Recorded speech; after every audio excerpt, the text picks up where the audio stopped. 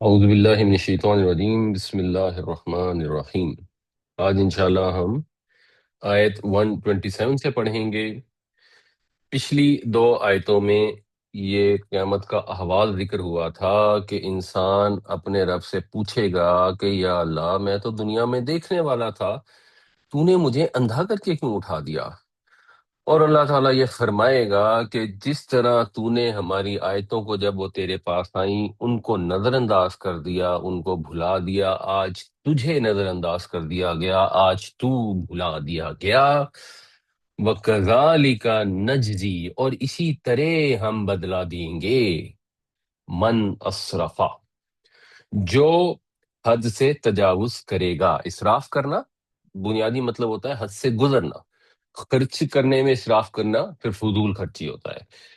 تو وہ لوگ جنہوں نے اپنی قوتیں، اپنی صلاحیتیں ان چیزوں پر استعمال کی جن سے بچنا تھا، اور جن چیزوں پر استعمال کرنی تھی ان سے اپنی آنکھیں بند رکھی، حد سے تجاوز کیا، اپنے مینڈیٹ کو وائلیٹ کیا، تو ان کا پھر اب یہی انجام ہوگا کہ انہیں اندھا کر کے اٹھایا جائے گا۔ وَلَمْ يُؤْمِن بِآيَاتِ رَبِّهِ، اور اپنے رب کی آیتوں پر ایمان نہیں لائے، ان کو قبول نہیں کیا، ان پر زبان سے بھی ایمان نہیں لائے، عملاً بھی ایمان نہیں لائے۔ یعنی کوئی اس کا یہ مطلب نہ سمجھے کہ ہم نے تو ایمان لے ہیں، ہم تو قرآن کو مان گئے تو بس اس کا مطلب ہے ختم۔ یہ قرآن کو ماننا صحیح معنوں میں ایمان تو تبھی ہوگا اگر ہم اس کو سمجھیں، اس کو پڑھیں، اس پر عمل بھی کریں۔ کمی کوتاہی ہو جائے تو اس پہ اللہ سے معافی مانگیں، مگر اپنی پوری ایفرٹ کریں اس کو فالو کرنے کی۔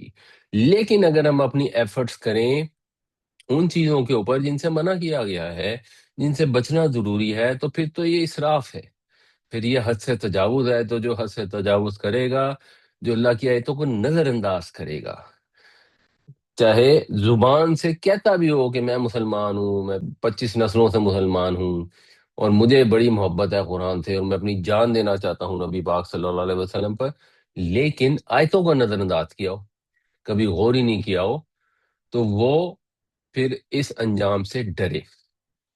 اور وہ کون ہے؟ وہ ہم سب ہیں۔ ہم سب ہی غور نہیں کرتے، کوشش نہیں کرتے، اور جب پتہ لگتا ہے کہ اچھا یہ آیت کو ماننا پڑے گا تو اس سے کنی کترانے کی کوشش کرتے ہیں کہ کسی طرح کوئی ہمیں وہ میسج دے نہ دے، کہیں ہم سن نہ لیں۔ اور پھر اب یہ نہیں ہوگا کہ بس اس کو اندھا کر کے اٹھا لیا جائے گا اور نظر انداز کر دیا جائے گا تو بس وہ اگنورڈ کہیں پڑا رہے گا، نہیں۔ وَلَعَذَابُ الْآخِرَةِ أَشَدُّ، اور آخرت کا عذاب بہت زیادہ سخت، زیادہ سخت، سب سے زیادہ سخت، وَأَبْقَىٰ، اور زیادہ باقی رہنے والا، زیادہ دیر پا ہوگا۔ اس لیے عقل مند آدمی وہ ہے جو آج اپنی آنکھیں کھول لے اور ہمیشہ باقی رہنے والے عذاب کے سامنے آنے پر آنکھیں کھولنے کی کوشش نہ کرے، اس وقت آنکھیں نہیں کھل سکیں گی۔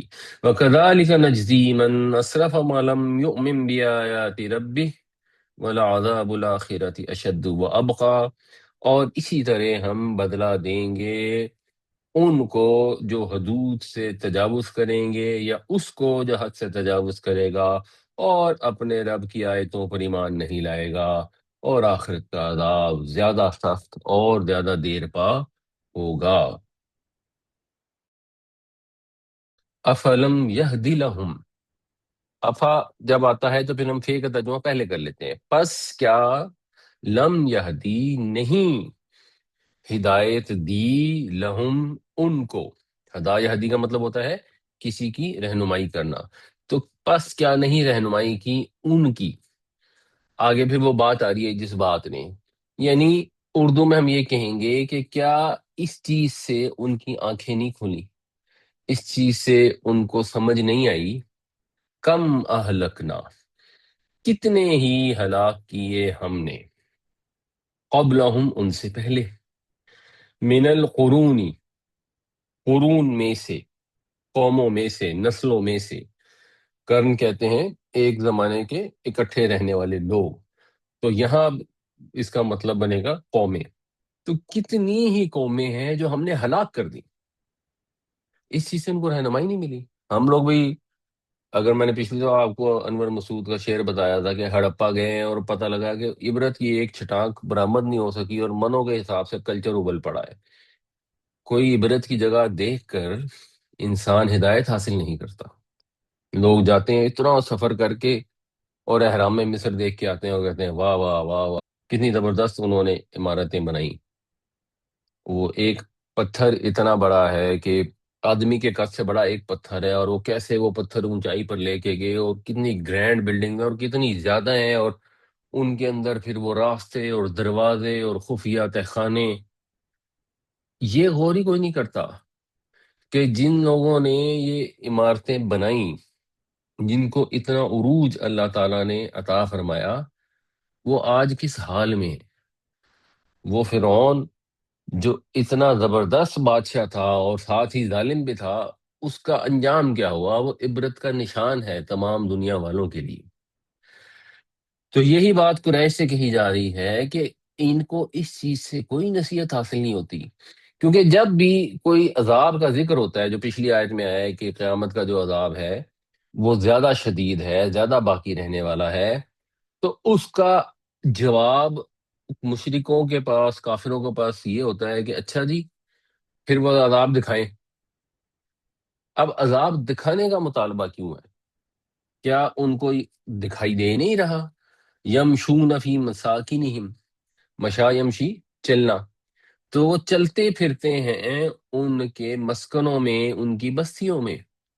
یہ عاد اور سمود اور قوم لوط وغیرہ جب قریش جاتے تھے تجارت کرنے کے لیے تو ان کی بستیوں کے پاس سے گزر کے جاتے تھے، اندر سے بھی ہو کے جاتے ہوں گے، جیسے ابھی بھی لوگ جاتے ہیں بعض اوقات، وہ پیٹرا کے جو کھندرات ہیں وہ دیکھنے کے لیے لوگ جاتے ہیں، تو اس کے اندر سے گزر کے ان کو نشانی نظر نہیں آ رہی کہ اتنی زبردست قومیں تھی تو کہاں گئی۔ اور عربوں کو اس لیے بھی آئیڈیا تھا کہ ان کی شاعری کے اندر بھی ان کا ذکر تھا، تو ان کو ہسٹری تو پتا تھی، جیسے ہمیں آج ہسٹری پتا ہے فرعون کی۔ تو جب فرعون کی ہسٹری پتا ہے اور ہمیں معلوم ہے کہ فرعون ظالم بادشاہ تھا، تو اس کے ظلم کا انجام یہ ہوا، اس کو اللہ تعالیٰ نے عبرت کا نمونہ بنا دیا، اور جو بھی قوم ظلم کرتی ہے اللہ اس کو ہلاک کر دیتا ہے، اور وہ ہلاک کر دینا تو معمولی ہے، جو آخرت کا عذاب ہے وہ زیادہ شدید ہے۔ تو پھر جب دنیا میں لوگ ظلم کرتے ہیں تو یہ چیز ان کو سمجھ نہیں آتی، اور وہ لوگ جو ظلم کا مقابلہ کر رہے ہوتے ہیں یا اس کے سامنے صبر سے کام لے رہے ہوتے ہیں، یا صبر ثابت قدمی سے کام نہیں بھی لے رہے ہوتے، تو بس اپنی مجبوری میں زندگی گزار رہے ہوتے ہیں اور دل میں سوچ رہے ہوتے ہیں کہ ان پہ اللہ کا عذاب کیوں نہیں آتا، ان پر اللہ کا عذاب کیوں نہیں آتا، تو اللہ کا عذاب تو آنا ہے، ظلم کرنے والے اس سے بچ نہیں سکتے۔ اور یہ جو ساری بستیاں ہیں، چاہے آپ ہمارا ابھی سندھ میں فلڈ آئے بہت زیادہ اور موئنجو دڑو میں چلا گیا پانی، تو بڑی پریشانی ہوئی کہ یہ اتنا پرانا جو ہے آثار قدیمہ یہ بالکل تباہی نہ ہو جائیں، تو پتہ لگا کہ باقی علاقوں میں پانی کھڑا ہے اور موئنجو دڑو سے سارا پانی نکل گیا۔ وہ اتنا زیادہ سوفسٹیکیٹڈ ان کا سسٹم تھا اس زمانے کا ڈیزائن، کہ فلڈ کا پانی یا جو بارشیں تیز ہوئیں تو وہ پانی سارا کا سارا بہہ گیا اور اس کو کوئی نقصان نہیں ہو۔ تو وہ کہاں گئے لوگ؟ کہاں ہیں ان کی اولادیں؟ کوئی نہ کچھ معاملہ ان کے ساتھ بھی ہوا ہوگا۔ تو یہ تو ایک حقیقت ہے کہ انسان نے ہمیشہ نہیں رہنا، اور اس پہ بے صبرے ہونے کی ضرورت نہیں ہے۔ یہاں پر یہ مومنوں کو بھی ایک طرف اشارہ ہے، اور بیسک خطاب مشرکین سے ہے کہ یہ عذاب آئے گا، ایک وقت مقرر ہے، وہ اگلی آیتوں میں آ رہا ہے، لیکن ایک آدمی کہے نہیں مجھے ابھی دکھائیں، مجھے ابھی دکھائیں، جب انجام سامنے آئے گا میں تبھی مانوں گا، تو وہ عقل مند انسان نہیں ہے، بلکہ وہ تو انسان ہی نہیں ہے، اس میں تو پھر شعور ہی نہیں ہے۔ شعور ہی تو ہے جو انسان اور حیوان میں فرق کرتا ہے۔ یہ تو ایسے ہے جیسے کوئی 2 سال کا چھوٹا بچہ ہے، آپ اس کو منع کریں کہ بیٹا یہ فرش پہ شیشہ ٹوٹ گیا یہاں نہیں چلنا، وہ جاگے رہے گا جب تک اس کو شیشہ لگ نہیں جائے گا، یا کرنٹ آ رہا ہے تار کے اندر، اس کو ہاتھ نہیں لگانا، وہ خدا نہ خواستہ جب تک اس کو جھٹکا لگ نہیں جائے گا باز نہیں آئے گا۔ جب جھٹکا لگے گا پھر وہ ڈرے گا، پھر وہ پیچھے ہٹے گا۔ تو بچے کو تو آپ زبردستی گود میں اٹھا کر وہاں سے ہٹا سکتے ہیں۔ جو اچھا بھلا عاقل بالغ آدمی ہے، اس کو تو کوئی کچھ نہیں کر سکتا، اس کو تو اللہ ہی ہدایت دے سکتا ہے۔ اور اللہ تعالیٰ کا ہدایت دینے کا عمومی طریقہ یہ ہے کہ جس کا ارادہ اور نیت ہوتی ہے ہدایت حاصل کرنے کی، اس کو اللہ تعالیٰ ہدایت عطا فرماتا ہے۔ جس کا ارادہ اور نیت بری ہوتی ہے، اللہ تعالیٰ اس کو اس رستے کی بھی آسانی دے دیتا ہے، اس کو اس کے اوپر چلا دیتا ہے۔ یہ انہوں نے پوچھا ہے قرون زیر کے ساتھ ہے تو ترجمہ کیسے کریں گے؟ نہیں تو قرون زیر کے ساتھ اس لیے ہے کہ یہ جر میں ہے نا، من القرونی، من جو ہے حرف جر ہے، اس وجہ سے قرون کے اوپر دیر آ گئی، ورنہ یہ قرون یا قرونا ہوتا۔ افلم یہدی لہم کم اہلکنا قبلہم من القرون یمشون فی مساکنہم ان فی ذالک لآیات لأولی النہی، پس کیا یہ چیز ان کو ہدایت دینے والی نہ بنی کہ کتنی ہی قوموں کو ہم نے ہلاک کر دیا ان سے پہلے، یہ چلتے پھرتے ہیں ان کی بستیوں میں، بے شک اس کے اندر نشانیاں ہیں عقل والوں کے لیے، جو سمجھدار لوگ ہیں ان کے لیے نشانیاں ہیں۔ نہا جو ہے نون ہے، اور یہ وہی ہے جس سے امر اور نہیں کا لفظ بنتا ہے، منع کرنے کا۔ تو انسان کو غلط کام سے جو چیز روکتی ہے، منع کرتی ہے، وہ اس کی عقل ہوتی ہے۔ تو اس وجہ سے نہا کو عقل کے لیے بھی استعمال کیا جاتا ہے، ذہانت، فراست، سمجھ بوجھ۔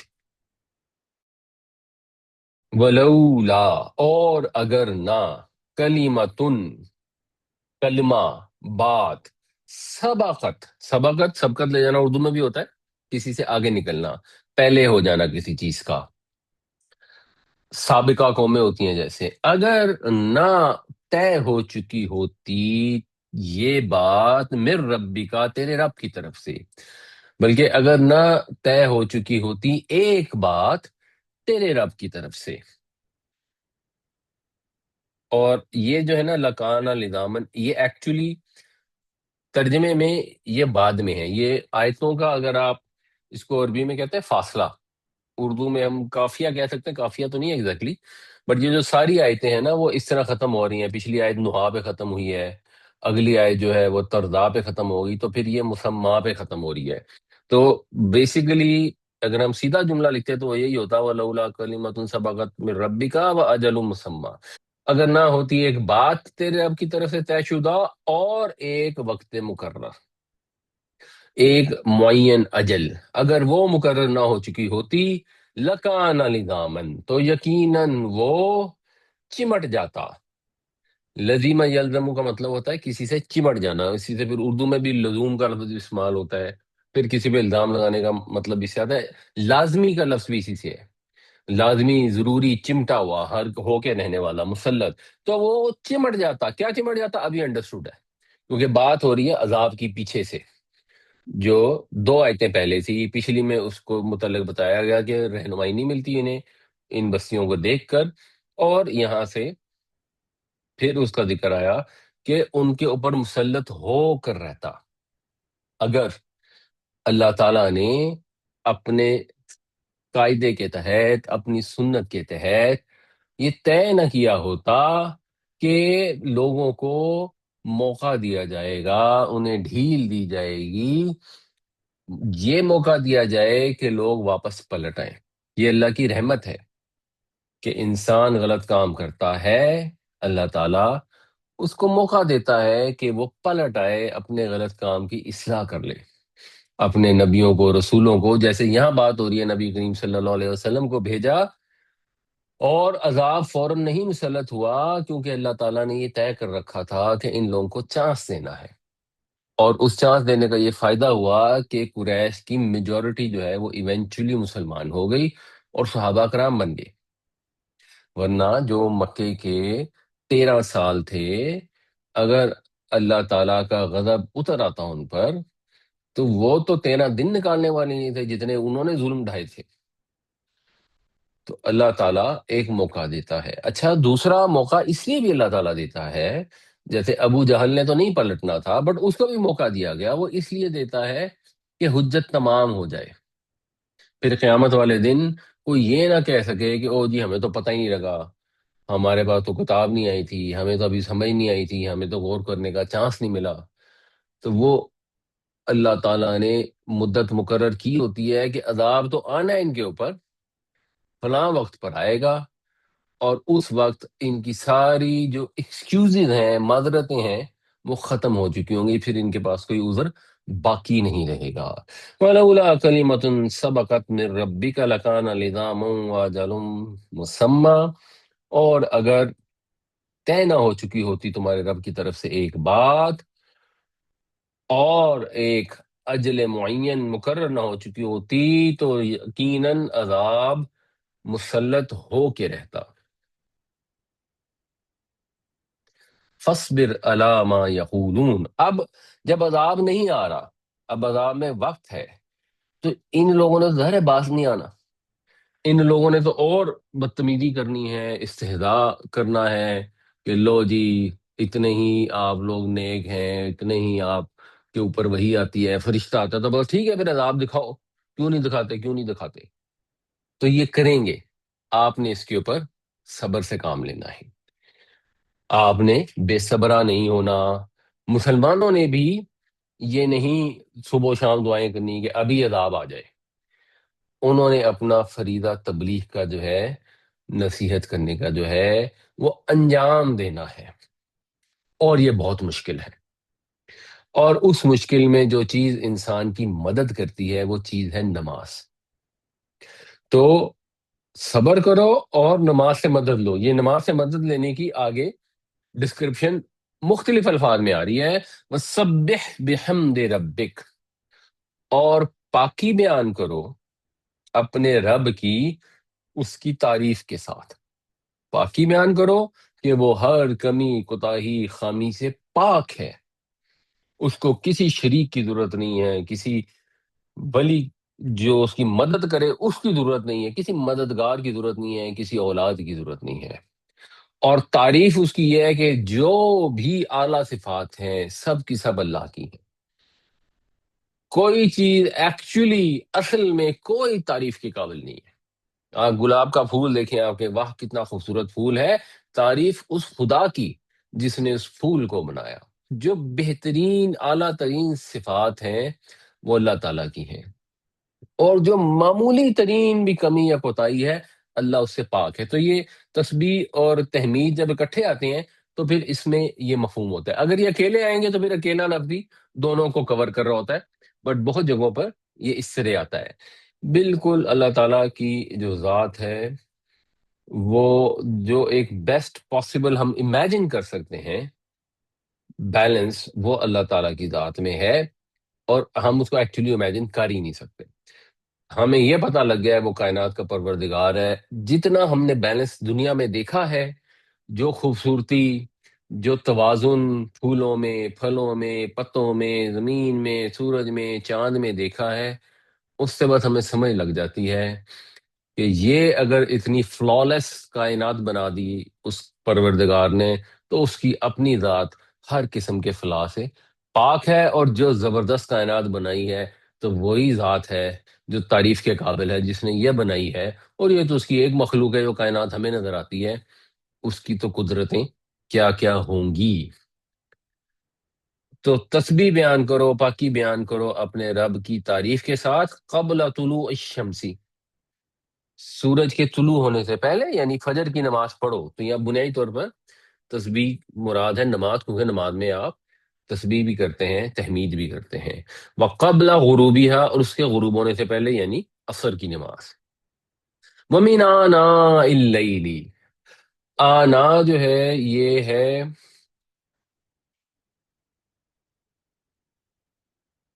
الف نون اور یہ انا یعنی، اس کا مطلب ہوتا ہے کہ چیز کا وقت آ جانا. پھر آنا جو ہے یہ انا کی جمع ہے، اس کا مطلب ہوتا ہے وقت کا کچھ حصہ. تو اب یہ پلورل یوز ہوا آنا اللیلی، تو اس کا مطلب بن جائے گا رات کے اوقات میں. وَمِنْ آنَاءِ اللَّيْلِ، اور رات کے اوقات میں بھی نماز پڑھو. تسبیح کرو، لفظی ترجمہ تو ہم یہی کریں گے، مراد نماز کی بات ہو رہی ہے. تو رات کے اوقات میں جب نماز کی بات ہو رہی ہے تو اس سے یوں سمجھ آتی ہے کہ رات کے جتنے بھی اوقات ہیں. تو رات کے جتنے بھی اوقات ہیں تو اس کا مطلب ہے صرف عشاء کی نماز اس سے مراد شاید نہیں ہے. اس کی وجہ یہ ہے کہ عشاء کا جو وقت ہے نا، وہ جو صحیح وقت ہے وہ 12 بجے سے پہلے پہلے ہی ہے. تو اس سے پھر یہ اندازہ ہوتا ہے کہ اس میں ذکر ہو رہا ہے عشاء کا اور تہجد کا، کہ یہ دونوں نمازیں بھی پڑھو. بنیادی کانسیپٹ وہ یہ ہے کہ یا ایھا الذین آمنوا استعینوا بالصبر والصلاۃ، صبر سے اور نماز سے مدد حاصل کرو. صبر کرنا پڑے گا، ثابت قدمی اختیار کرنی پڑے گی، ہمت دکھانی پڑے گی، حوصلہ کرنا پڑے گا. صبر کے لیے جو اردو میں بہتر لفظ ہے وہ ہے حوصلے سے کام لینا. اس حوصلے سے کام لینے میں یہ بھی شامل ہوتا ہے کہ کسی کو کوئی فوت ہو گیا تو آپ اسے کہتے ہیں حوصلہ کرو، یعنی رونا پیٹنا نہ کرو. اور اس میں یہ بھی شامل ہوتا ہے کہ ہمت سے کام لو. اب وہ اگلا تو فوت ہو گیا، آگے زندگی کا مقابلہ تم نے کرنا ہے، تو تم نے اپنے آپ کو مینج کرنا ہے. تو اس میں ثابت قدمی، ہمت، جزا فضا نہ کرنا، سب لفظ اس صبر کے اندر شامل ہیں. اس میں صرف وہ نہیں ہے کہ آپ سے کسی نے زیادتی کر دی اور آپ بنے صبر سے کام لیا اور اس کو معاف کر دیا یا اگنور کر دیا. وہ اس کا ایک پورشن ہے. تو جب آپ نے حوصلے سے کام لینا ہے اور جا کے مقابلہ کرنا ہے لوگوں کا، آپ نے لوگوں کو صحیح بات بتانی ہے، لوگوں نے اس پر آپ کا مذاق اڑانا ہے، آپ سے ناراض ہونا ہے، بدتمیزی کرنی ہے، اور اگر آپ نے اس مشن کو جاری رکھنا ہے تو پھر آپ کو بہت زیادہ سپورٹ چاہیے. تو وہ سپورٹ ملتی ہے نماز سے. اور وہ نماز جو ہے وہ آپ نے طلوع شمس سے پہلے بھی پڑھنی ہے، غروب شمس سے پہلے بھی پڑھنی ہے، عشاء کی نماز بھی پڑھنی ہے، اور تہجد کی نماز سے بھی مدد ملے گی. اور ایکچولی اصل مدد تہجد کی نماز سے ملتی ہے. فسبح، اور تسبیح کرو رات کے اوقات میں، واطراف النہاری، اور دن کے اطراف میں. طرف بنیادی طور پر کہتے ہیں کنارے کو، آنکھ کی پلک کو بھی کہتے ہیں. تو اطراف النہاری، دن کے کناروں میں. تو دن کو اگر آپ دیکھیں گے کہ سورج نکلا، سورج یہاں پہنچا، سورج غروب ہو گیا، تو اس کا ایک کنارہ تو ظاہر ہے ظہر کا ہو جائے گا، ایک کنارہ عصر ہو جائے گا یا مغرب ہو جائے گا. ایک کنارے میں مغرب، یعنی ایک کنارے کے ادھر مغرب ہے اور ادھر عصر ہے، ایک کنارے کے ادھر فجر ہے اور ادھر اشراق ہے. تو جیسے رات میں اس کا ذکر آیا تہجد کی نفل نماز کا بھی، تو اپینلی یہاں پہ بھی جو ہے وہ فجر کے بعد والی، جو طلوع شمس کے بعد والی جو نفل نماز ہے اس کا ذکر آ گیا. اور یہ عصر اور فجر کا تو پہلے بھی ذکر آ چکا تھا. پورے اوقات جو ہے ان سے وہ پھر کمپلیٹ ہو گئے، جس میں 5 فرض نمازیں بھی آ گئیں اور 2 نفل نمازیں بھی آ گئیں. اب جو اشراق یا چاش کی نماز ہوتی ہے بنیادی طور پر اس کا ٹائم سورج طلوع ہونے کے بعد اور زوال سے پہلے ہوتا ہے. اور تہجد کا وقت جو ہے وہ نیند توڑ کر اٹھنا، جو بہتر وقت ہے. ویسے تو عشاء کے بعد بھی تہجد کی اجازت ہے، اسی لیے ہم وطر عشاء کے بعد پڑھ لیتے ہیں، وہ اللہ کے نبی صلی اللہ علیہ وسلم نے اجازت عطا فرمائی ہے. مگر ویسے تہجد کا جو بہتر وقت ہے وہ نیند توڑ کے جب آپ اٹھیں گے تو اس کے بعد سے لے کے فجر کے وقت تک آپ کسی بھی وقت تہجد کی نماز پڑھ سکتے ہیں. کیونکہ آپ نے صبر ہمت سے کام لینا ہے، تو خاص طور سے جو نفلی نمازیں ان کا ذکر یہاں ہو گیا کہ جب بہت مشکلات ہوں، بہت مصائب ہوں، تو پھر نوافل کا اہتمام بھی کر لیں. اور ہم نے پریکٹیکلی اپنی زندگی میں دیکھا ہے. میں نے آپ لوگوں کو ایک دفعہ ایک واقعہ بھی بتایا تھا کہ میرے ایک دوست نے مجھے بتایا اس کی جاب ختم ہو گئی. جہاں جاب ختم ہوئی وہ عربی تھا باس اس نے کمپنی میں باقی جگہوں بھی کہہ دیا کہ اس کو نوکری نہیں دینی، اور وہ جہاں جاتا تھا وہ اس کو نکال دیتے تھے. پھر ان کے وہ آئی ٹی اصلاحات میں کام کرتا تھا، تو آگے ان کے جو وینڈر ہوتے تھے ایرکسن وغیرہ، ان کو بھی اس نے پیغام دلوا دیا کہ اس کو نہیں نوکری دینی، تو ادھر بھی نہیں ملتی تھی. اب وہ بیچارہ پریشان نہیں ہوا. اس کی بیگم ڈاکٹر تھی، ڈاکٹر، اس نے کوئی جاب شروع کر دی اور اس نے تہجد پڑھنی شروع کر دی. کچھ دنوں بعد اتفاق سے اس کو اتصالات کے اندر ایک جاب آفر ہوئی، وہاں گیا، وہاں انٹرویو ہوا. اتفاق سے اس دن وہ پرانا باس بھی آیا ہوا تھا اور اس نے اس دن کچھ بھی نہیں کہا، ملا بھی اس سے اور بس چلا گیا، اور اس کو وہ نوکری مل گئی اور وہ ابھی تک چل رہی ہے. پھر اس کی بیگم تھی، وہ کسی ڈاکٹر پاس کام کرتی تھی. وہ ڈاکٹر بیمار ہو گیا، ہندو ڈاکٹر تھا، مرنے والا ہو گیا. اس کا اس نے کلینک پیچھے تو بہت اچھا سنبھالا. اس کے بعد جب وہ واپس سے غائب ہوا تو کسی دن کسی بات پہ اس نے کہہ دیا کہ میں نے چھٹی نہیں دینی، اس نے کہا جو چھٹی نہیں دینی تو میں ریزائن کر دیتی ہوں، تو اس نے کہا ٹھیک ہے ریزائن کر۔ اب وہ پریشان ہو گئی تو انہوں نے کہا پریشانی کی ضرورت نہیں ہے، تہجد پڑھنی شروع کر دو۔ اس کو نوکری مل گئی ایک ایسی کمپنی کے اندر جہاں پہ اس کا جو سٹیٹس تھا وہ مطلب بہت ہی قسمت سے کسی کو ملتی ہے۔ تو یہ ضروری نہیں ہے کہ ایسا ہی سب کے ساتھ ہو، لیکن محسوس ایسے ہوتا ہے کہ میں نے اپنی زندگی میں جو سنی ہیں چیزیں، خود بھی اہتمام کیا ہے۔ ایک اور صاحب تھے، ان کو کئی مہینوں سے نوکری نہیں مل رہی تھی، ایسے ہی میں نے ان کو یہ واقعہ سنایا، تو میں نے انہوں نے کہا چلیں آپ بھی تہجد پڑھنی شروع کر دیں۔ انہوں نے کہا چلیں میں کب پڑھا کروں؟ میں نے کہا بھائی ویسے تو تہجد کا بہتر ٹائم تو جو بھی ہوتا ہے، میں نے کہا جی آپ نے فجر کے لیے اٹھنا ہے، آپ اس سے 20-25 منٹ پہلے اٹھ جائیں اور اس وقت تہجد پڑھ لیا کریں جب فجر کی ٹائم شروع ہونے سے پہلے۔ خدا کا کرنا ہے، اللہ کی مرضی ہے۔ انہوں نے خلوص نیت سے تہجد پڑھی، اللہ سے دعا کی اس ٹائم، کیونکہ اس ٹائم پہ دعائیں قبول ہوتی ہیں۔ تو انہوں نے دعا پڑھنی شروع کر دی، تو ان کو ایک کمپنی میں جاب مل گئی جو بہت بڑی کمپنی تھی۔ انہوں نے خیر وہ پروڈکٹ ان کو کوئی ڈفرینٹ تھی کہ اس پروڈکٹ میں آ جائیں، ساتھ ہی ایک چھوٹی کمپنی میں جاب ملی، انہوں نے چھوٹی میں جاب ایکسیپٹ کر لی۔ اس کو کہا جی میں تو فلاں پروڈکٹ کا بندہ نہیں ہوں، میں وہ کرتا نہیں ہوں۔ وہ پتہ لگا 10-15 دن بعد وہ جو ان کا دوسرا ڈویژن تھا جس میں ان کے ریلیونٹ پروڈکٹ تھی، ان کی طرف سے بھی جاب آ گئی۔ پھر وہ مجھ سے پوچھ رہے ہیں کہ اب میں ان کو کیا کہوں جو میں نے جاب ایکسیپٹ کر لی ہے؟ تو میں نے کہا چلیں آپ ان سے جا کے ڈسکس کر لیں اور ان سے پوچھ لیں، اگر وہ اجازت دیتے ہیں تو چلے جائیں۔ اور وہ اجازت لے کر پھر اس کمپنی میں چلے گئے، ماشاء اللہ وہ کام کر رہے ہیں، اللہ تعالیٰ ان کے لیے حق میں بھی بہتری کرے اور اچھی ان کی جاب چلتی رہے۔ میں نے خود بھی اپنی زندگی میں تجربے کیے ہیں، تو یہ نماز بڑی قیمتی ہے۔ اس مشکل کے حالات میں اللہ تعالیٰ جو ہے لوگوں کو یہ نصیحت کر رہے ہیں کہ ٹھیک ہے فرض نمازیں بھی پڑھو اور یہ نفل نمازوں کا بھی اہتمام کرو۔ اور اگر سوچا جائے نا تو اصل خوبصورتی نفل نماز کی ہوتی ہے۔ بعض اوقات لوگ سوال پوچھتے ہیں کہ جی وہ ظہر کی نماز ہے تو مغرب کی نماز ہے تو سنتے پڑھنے کی ضروری ہے، سنتے چھوڑنے کا گناہ تو نہیں ہوگا؟ تو حنفی کہتے ہیں کہ گناہ ہوگا، اور جو حنفی نہیں ہے جنرلی وہ کہتے ہیں کہ نہیں ہوگا۔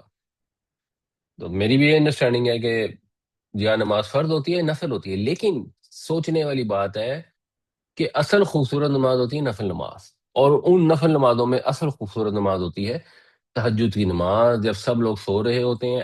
اب تھوڑی سی بلند آواز میں تلاوت کرتے ہیں، قرآن پڑھتے ہیں، تہجد کے لیے قرآن یاد کرتے ہیں کہ میں نے تہجد میں قرآن پڑھنا ہے، اور اس کے بعد اپنے رب سے دعا مانگتے ہیں، رب کے قریب آتے ہیں، اپنی غلطیوں کی معافی مانگتے ہیں۔ وہ تہجد کی نماز سارا دن آپ کے اوپر ایک اپنا اثر رکھتی ہے اور انسان برے کاموں سے بچتا رہتا ہے اگر یہ کریں گے۔ اس آیت میں یہی بتایا جا رہا ہے اللہ کا تردا، تاکہ تم راضی ہو جاؤ، تاکہ تم نہال ہو جاؤ۔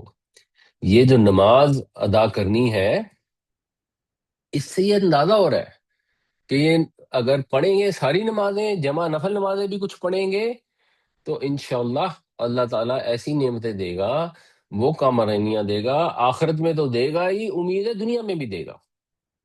یعنی رسولوں کے ساتھ تو لازمی تھا کہ دنیا میں ان کو کامیابی کامرانی ملنی تھی، ہم لوگوں کے لیے بھی آخرت میں تو پکی ہے اگر ہم خلوص نیت سے نمازیں پڑھتے ہیں، دنیا میں بھی اللہ تعالیٰ کامرانیاں بخشے گا، کافی چانس ہے۔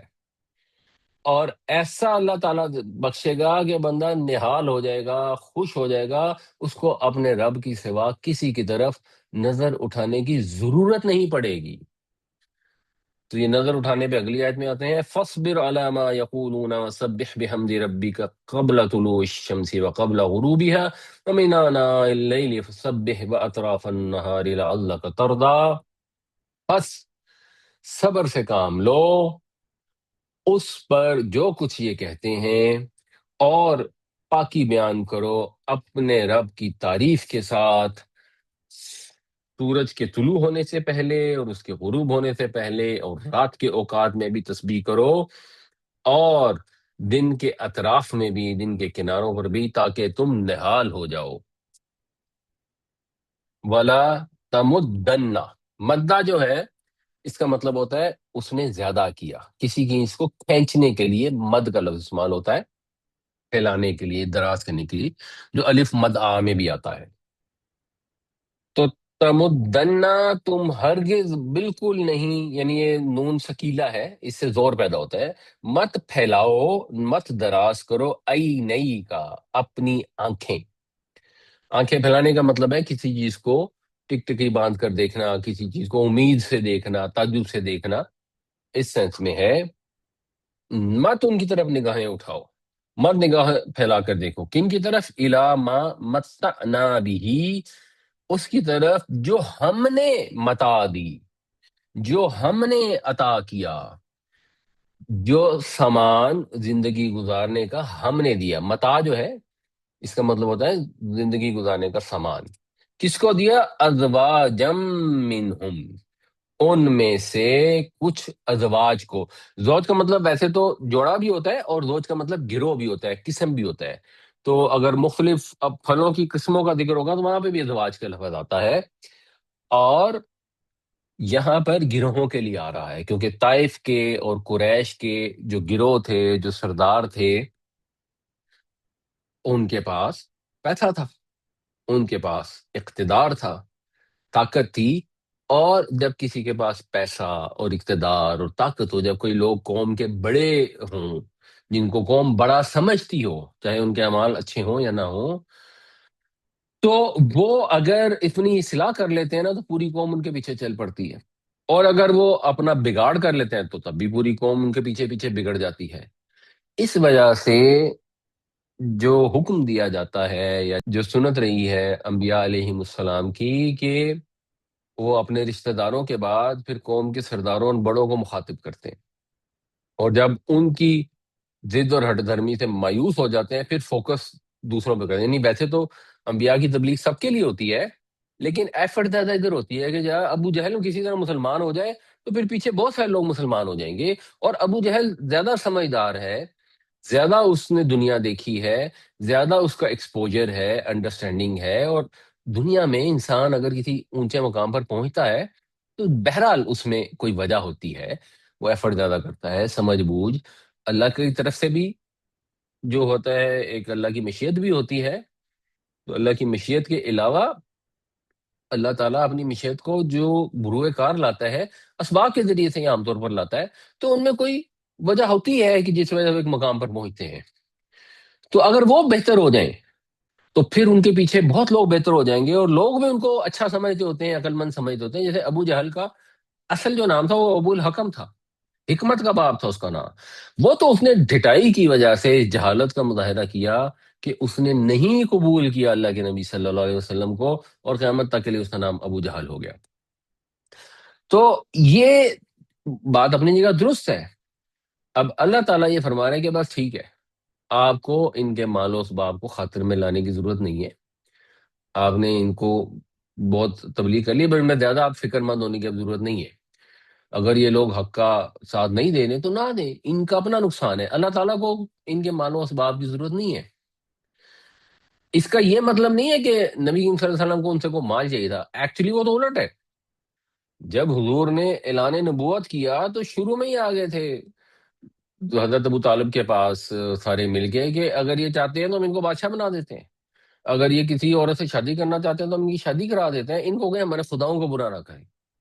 اور نبی پاک صلی اللہ علیہ وسلم نے فرمایا، جو سیرت کی کتابوں میں آتا ہے، مجھے اب اس کی اوتھینٹک حدیث تو نہیں پتا، جس میں الفاظ یہ آتے ہیں کہ آپ نے فرمایا اگر یہ میرے ایک ہاتھ پہ سورج اور ایک پہ چاند رکھ دیں تب بھی میں اپنے پیغام سے باز نہیں آؤں گا۔ اور حضرت ابو طالب نے کہا کہ ٹھیک ہے، آپ اپنا مشن جاری رکھیں۔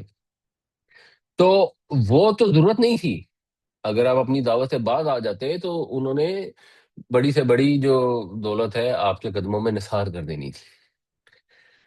یہ اس سینس میں ہے کہ اس سے اور لوگوں کو سیدھے رستے پہ آنے میں آسانی ہو جائے گی۔ تو جو ہم نے سامان زندگی عطا کیا ان میں سے گروہوں کو زہرت الحیات دنیا، دنیا کی زندگی کی رونق، زہرا کا مطلب رونق ہوتا ہے، حسین، بارونق، پھول کے لیے بھی یہ لفظ استعمال ہوتا ہے۔ تو یہ جو ہم نے عطا کی ہے اس کی طرف آپ آنکھیں نہ اٹھائیں۔ یہ ہم نے کیوں ان کو عطا کی ہے؟ لِنَفْتِنَهُمْ فِيهِ، تاکہ ہم اس میں ان کی آزمائش کریں۔ یہ آزمائش کے لیے دی ہے۔ اللہ تعالیٰ لوگوں سے مال لے کر تنگ دستی دے کر آزماتا ہے، اور اللہ تعالیٰ مال دے کر آزماتا ہے، یہ دونوں آزمائشیں ہیں۔ ہمارے ہاں ایک نیچرل فیل یہ ہوتی ہے کہ وہ غریب ہے، مفلس ہے، بیچارے کی بڑی آزمائش ہے، وہ ہے، بالکل ہے، لیکن جس کے پاس پیسے ہیں، جس کو اللہ تعالیٰ نے دیا ہے، وہ بھی آزمائش ہے۔ اللہ تعالیٰ دونوں صورتوں میں یہ دیکھتے ہیں کہ انسان کیا رویہ اختیار کرتا ہے. تو یہ آزمائش کے لیے ہے، یہ اللہ نے عطا کیا ہے. یعنی اس کی کوئی امپورٹنس نہیں ہے سوائے اس کے کہ اس میں سے آزمائش ہونی ہے. تو اللہ نے چاہے دے کے کرے لے کے کرے، کیا فرق پڑتا ہے. اور یہ آیا جہاں سے ہے، یہ اس نے دیا ہے. وہ ان کا اپنا ذاتی کمال اس طرح نہیں ہے. وہ ذاتی کمال کے جی کو صلاحیتیں مل گئی، تو وہ صلاحیتیں بھی اللہ ہی کی دی ہوئی ہیں. تو دنیا کی زندگی کی رونق ہے، یہ ان کی ویسے کوئی اہمیت نہیں ہے، بس آپ کو عارضی رونق لگتی ہے. جیسے ایک پھول ہے، آپ دیکھیں پھول ہے بڑا اچھا خوبصورت ہے، ٹھیک ہے، آپ پھول توڑ کے لے آئے گھر میں لے آئے، 4 دن کے اندر اندر اس کا بیڑا غرق ہو جاتا ہے، وہ سڑ جاتا ہے، اٹھا کے باہر پھینک دیتے ہیں. اتنی ہی رونق ہوتی ہے نا دنیا کی زندگی کی. تو جو کچھ بھی مال متاع انسان کے پاس ہے وہ اتنا ہی ہے. جو باقی رہنے والا ہے، جو ہمیشہ رہنے والا ہے، وہ تو آخرت ہے. تو وہ آخرت تو نہیں ہے ان کے پاس. اگر وہ ایمان قبول نہیں کریں گے تو آخرت تو نہیں ملے گی. ان کے پاس جو رزق ہے وہ دنیا کی زندگی کی رونق ہے، اس کی بس کوئی خاص حیثیت نہیں ہے، وہ صرف آزمائش کے لیے ہے. وَرِزْقُ رَبِّكَ خَيْرٌ وَأَبْقَىٰ، اور تیرے رب کا جو رزق ہے وہ بہتر ہے اور باقی رہنے والا ہے، زیادہ پائیدار ہے. ان کو جو دیا ہے اللہ نے آزمانے کے لیے، وہ چند روزہ ہے. تمہیں اور تمہارے ساتھیوں کے پاس جو آئے گا اب تمہارے رب کی طرف سے، وہ کہیں بہتر بھی ہے اور پائیدار بھی ہے. وہ ابدی ہے، اس کے لیے کبھی زوال نہیں ہے. تو حضور کے ذریعے لوگوں کو یہ بھی کہا جا رہا ہے کہ ان کی طرف آنکھیں پھیلانے کی بجائے اپنی امیدوں کا رخ اپنے رب کی طرف کرو، اس کے رزق کی طرف توجہ کرو.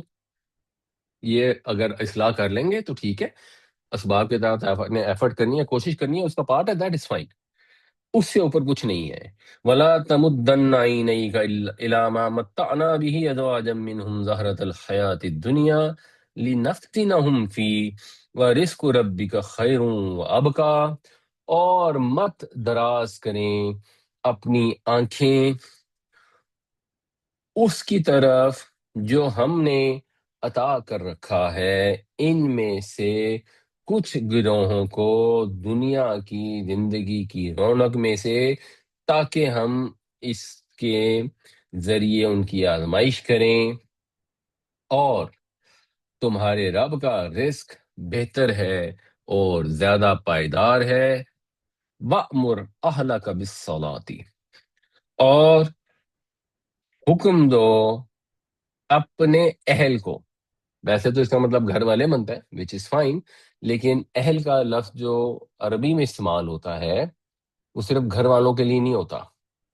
مثال کے طور پہ قرآن شریف میں لفظ آتا ہے اہل کتاب، تو یہ وہ لوگ ہوتے ہیں جو کسی چیز سے تعلق رکھنے والے ہوتے ہیں. اور ہر نبی کی جو امت ہے وہ اس کی اہل ہوتی ہے. تو جو لوگ بھی، جیسے آل کا لفظ بھی ہے، بنیادی طور پہ اوریجنلی تو خاندان کے لیے ہوتا ہے، لیکن جیسے آل فرعون آتا ہے تو صرف فرعون کے 2 بچے یا کوئی بیویاں اس کی شامل نہیں ہے، اس میں ساری قوم کو آل فرعون کہا گیا ہے. اسی طرح اہل کتاب سارے ہی لوگ ہیں.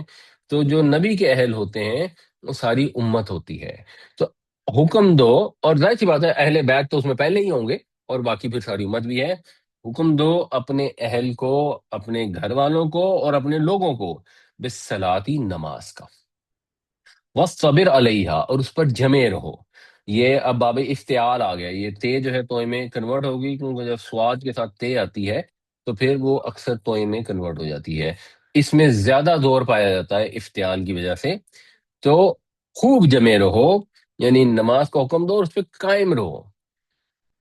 لا نسألک رزقا، ہم نہیں سوال کرتے آپ سے رزق کا. اللہ تعالیٰ تو کسی سے رزق کا مطالبہ کر نہیں رہا. نحن نرزقک، ہم تمہیں رزق دیتے ہیں. یہ جو میں نے تہجد کی بھی مثالیں دی، نماز قائم کرو، ہمت سے کام لو، جو ایفرٹ ریکوائرڈ ہے وہ کرو. اس کے بعد پریشان نہیں ہونا، کیونکہ اللہ نے رزق کا ذمہ لیا ہوا ہے. تم ہمارا کام کرو، ہم تمہارا کام کریں گے. وہ ایک حدیث میں آتا ہے کہ اللہ تعالیٰ یہ فرماتا ہے کہ اے ابن آدم، میری عبادت کے لیے پوری طرح فارغ ہو جا. تو میں تیرے سینے کو غنا سے بھر دوں گا اور تیری فقیری دور کر دوں گا۔ اور اگر تو نے ایسے نہیں کیا، اگر انسان کہتا ہے مجھے بہت کام ہے بہت کام ہے، خاص طور سے یہ جو ہے نا حافظوا علی الصلوات والصلاۃ الوسطیٰ، جو عصر کی نماز ہوتی ہے، اس وقت بندہ بہت ہی بزی ہو جاتا ہے۔ تو اگر تو نے ایسے نہیں کیا تو میں تیرے دونوں ہاتھوں کو مشغولیت سے بھر دوں گا اور تیری فقیری دور نہیں کروں گا۔ تو جب عبادت کرنی ہے تو اپنے دماغ کو، اپنے وقت کو، چاہے، اور یہ بھی ذہن میں رکھیں کہ ظہر اور عصر کی نمازوں میں تلاوت سری ہوتی ہے، اس کے لیے کم وقت ہی دیا گیا ہے کہ ٹھیک ہے آپ نے اپنے کام کا وقت توڑنا ہے، اس سے ہٹ کے آنا ہے، اللہ کو یاد کرنا ہے، پھر واپس کام پر پہنچنا ہے، دیٹ از فائن۔ لیکن جس پیریڈ کے لیے آپ نے آنا ہے اس کے اندر آپ نے اپنے آپ کو فارغ کر کے آنا ہے۔ اور اس کا صحیح طریقہ یہ ہوتا ہے کہ نماز کی جو جماعت ہونے سے کم از کم 2-4 منٹ پہلے، یعنی آپ وضو کر کے اپنے کام میں لگے، 2-4 منٹ پہلے نا اپنا کام کوشش کر کے بند کر رہے، قرآن شریف پڑھ لیں، یا وہ نماز کی جگہ پر یا مسجد میں جا کے بیٹھ کے کوئی نفل پڑھ لیں یا کوئی تسبیح کر لیں، اور پھر جب آپ نماز میں شروع کریں تو آپ پوری طرح متوجہ ہوں۔ جب آپ بالکل کام اپنی ای میلیں کر رہے ہیں اور این ای میل ابھی پوری نہیں ہوئی ہوتی تو پہلے تو آپ سے اٹھا ہی نہیں جا رہا ہوتا کہ اب نماز کے لیے جاؤں گا تو ای میل میرے ذہن میں خیال آیا اور رہ جائے گا، اور پھر جب نماز میں پہنچتے تو خیالات اور زیادہ آتے ہیں، ویسے بھی آ سکتے ہیں لیکن اس میں زیادہ آتے ہیں۔ تو تھوڑا سا اپنے آپ کو بندہ فری کرے اور نماز کے لیے آئے، عبادت کرے، پھر ٹھیک ہے، پھر واپس اپنے کام میں لگے۔ وہ بھی کرنا ہے، اس کا یہ مطلب نہیں ہے کہ صبح شام بس نماز پڑھنی ہے اور دنیا کے کام نہیں کرنے، نہ ہی یہ نبی کریم صلی اللہ علیہ وسلم کی سیرت سے اور صحابہ کے اور خلفائے راشدین کے طریقے سے یہ پتہ لگتا ہے۔ تو ہم نے تمہیں رزق دینا ہے، والعاقبۃ للتقوی، اور اصل رزق تو آخرت کا ہے، تو آخرت جو ہے وہ تقوی والوں کے لیے ہے، للتقوی، تقوی کے لیے۔ اب یہ انڈرسٹوڈ ہے کہ تقوی کے لیے کا مطلب ہے تقوی والوں کے لیے ہے، پرہیزگاروں کے لیے ہے۔ تو دنیا کا رزق بھی ہم دیں گے اور آخرت کا تو دیں گے ہی دیں گے۔ وَأْمُرْ أَهْلَكَ بِالصَّلَاةِ وَاسْتَبِرْ عَلَيْهَا لَا نَسْأَلُكَ رِزْقًا نَحْنُ نَرْزُقُكَ وَالْعَاقِبَةُ لِلتَّقْوَىٰ، اور حکم دو اپنے گھر والوں کو، حکم دو اپنے لوگوں کو نماز کا اور اس پر جمے رہو، نہیں ہم مطالبہ کرتے تم سے کسی رزق کا، ہم تم کو رزق دیں گے، اور آخر کار کامیابی جو ہے، انجام میں جو صلہ ملنا ہے، وہ تو تقوی کے لیے ہے، تقوی والوں کے لیے ہے۔ وَقَالُوا لَوْلَا يَأْتِينَا بِآيَةٍ مِّن رَّبِّهِ، اور وہ کہتے ہیں کہ کیوں نہیں آئی اس کے پاس کوئی نشانی اس کے رب کی طرف سے۔ اب یہ پہلے بھی اس کا ذکر ہو رہا تھا کہ عذاب کے مطالبے کرتے ہیں، اب صاف الفاظ میں اس کا ذکر آ گیا کہ کہتے ہیں یا تو کوئی معجزہ دکھائیں اس طرح کا جیسے حضرت موسیٰ علیہ السلام کا، اور یا یہ کہتے ہیں کہ ٹھیک ہے عذاب ہی لے آؤ۔ اولم تأتihim بینۃ، کیا نہیں آئی ان کے پاس بینہ، دلیل نہیں آئی ان کے پاس، روشن نشانی نہیں آئی ان کے پاس، ما فی الصحف الاولی، جو پچھلے صحیفوں میں ہے، جو پہلے والے کتابوں میں صحیفوں میں آیا ہے، وہ ان بات نہیں پہنچا، کیونکہ یہ مطالبہ جو کرتے تھے کہ کوئی نشانی کیوں نہیں لائے، مثلا موسیٰ لائے تو ظاہر ہے جو مشرکین مکہ تھے ان کے پاس تو حضرت موسیٰ کا علم نہیں تھا، وہ تو اہل کتاب ان کو سکھاتے تھے کہ یہ پوچھو، یہ سوال کرو، یہ مانگو، وہ مانگو، حضرت عیسیٰ کے معجزے مانگو، حضرت موسیٰ کے معجزے مانگو۔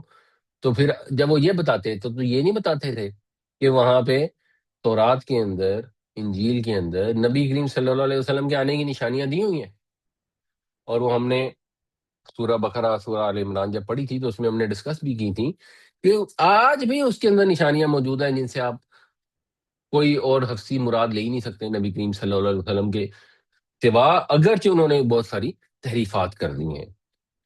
تو مشرکین کو پہلے وہ بتا دیا کہ یہ جو قوموں کو دیکھتے ہو ان کے کھنڈر ہیں، ان بستیوں سے تم گزرتے ہو، یہ بھی تمہارے لیے نشانی ہے، یہ تمہیں نظر نہیں آتے، اور یہ جو تمہیں سکھا پڑھا کے بھیجنے ہیں کہ کوئی معجزے لے کے آؤ، تو پھر سب سے بڑا معجزہ تو یہ ہے کہ نبی کریم صلی اللہ علیہ وسلم کی زندگی ایک معجزہ ہے جس نے ثابت کر دیا کہ یہ وہی ہستی ہے جو تورات اور انجیل میں ہے، اور اب انہوں نے اس کو چھپانے کے لیے اور اس پہ مٹانے کے لیے اس میں چینجز کر کر کے صبح و شام چینجز کرتے رہتے ہیں۔ اگر کسی کو اتفاق ہو، کنگ جیمز ورژن میں خیال ہے کہ 1400-1500 صدی عیسوی میں لکھا گیا تھا، اور وہ پھر ایک طرح سے ریلیٹیولی سیف ہے، اور ایک نیو انٹرنیشنل ورژن ہے، اب اس کے اندر بھی چینجز ہیں۔ اب کنگ جیمز ورژن میں الفاظ تھے کہ میں ایک رسول اٹھاؤں گا تمہارے بھائیوں میں سے. اب ظاہری بات ہے بنی اسرائیل کے بھائی تو بنی اسماعیل ہیں. اس کے الفاظ انگریزی میں ہی ہے کہ فرام یور بریدرن، اس کو انہوں نے چینج کر دیا. اب اس کے الفاظ ہی انہوں نے یہ کر دیا میں رسول اٹھاؤں گا تم میں سے، تو تمہارے بھائیوں کا لفظ انہوں نے کھا گئے. یہ تو آپ آج بھی بائبل کے اندر سے دیکھ سکتے ہیں. تو اس طرح کی اور بہت ساری چیزیں ہیں. وقالوا لولا يأتين بآية من ربه اولم تأتهم بينة ما في الصحف الأولى، اور وہ کہتے ہیں کہ کیوں نہیں لاتا ہمارے پاس یہ کوئی نشانی اپنے رب کی طرف سے، اور کیا نہیں پہنچی ان کو نشانی جو پچھلے صحیفوں میں ہے، پہلے والے صحیفوں میں ہے.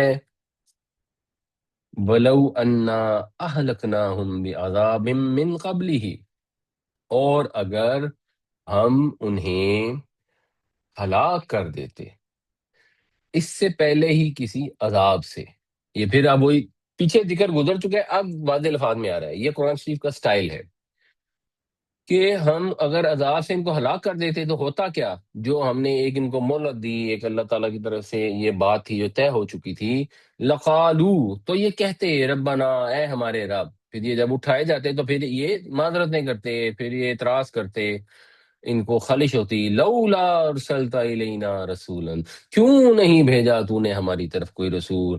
فنتبع آیاتک، تو ہم تیری آیتوں کی، تیری ہدایات کی پیروی کرتے، من قبلی، اس سے پہلے، ان کے نزلہ، ہم ذلیل ہو جائیں، ونخزا، اور رسوا ہو جائیں.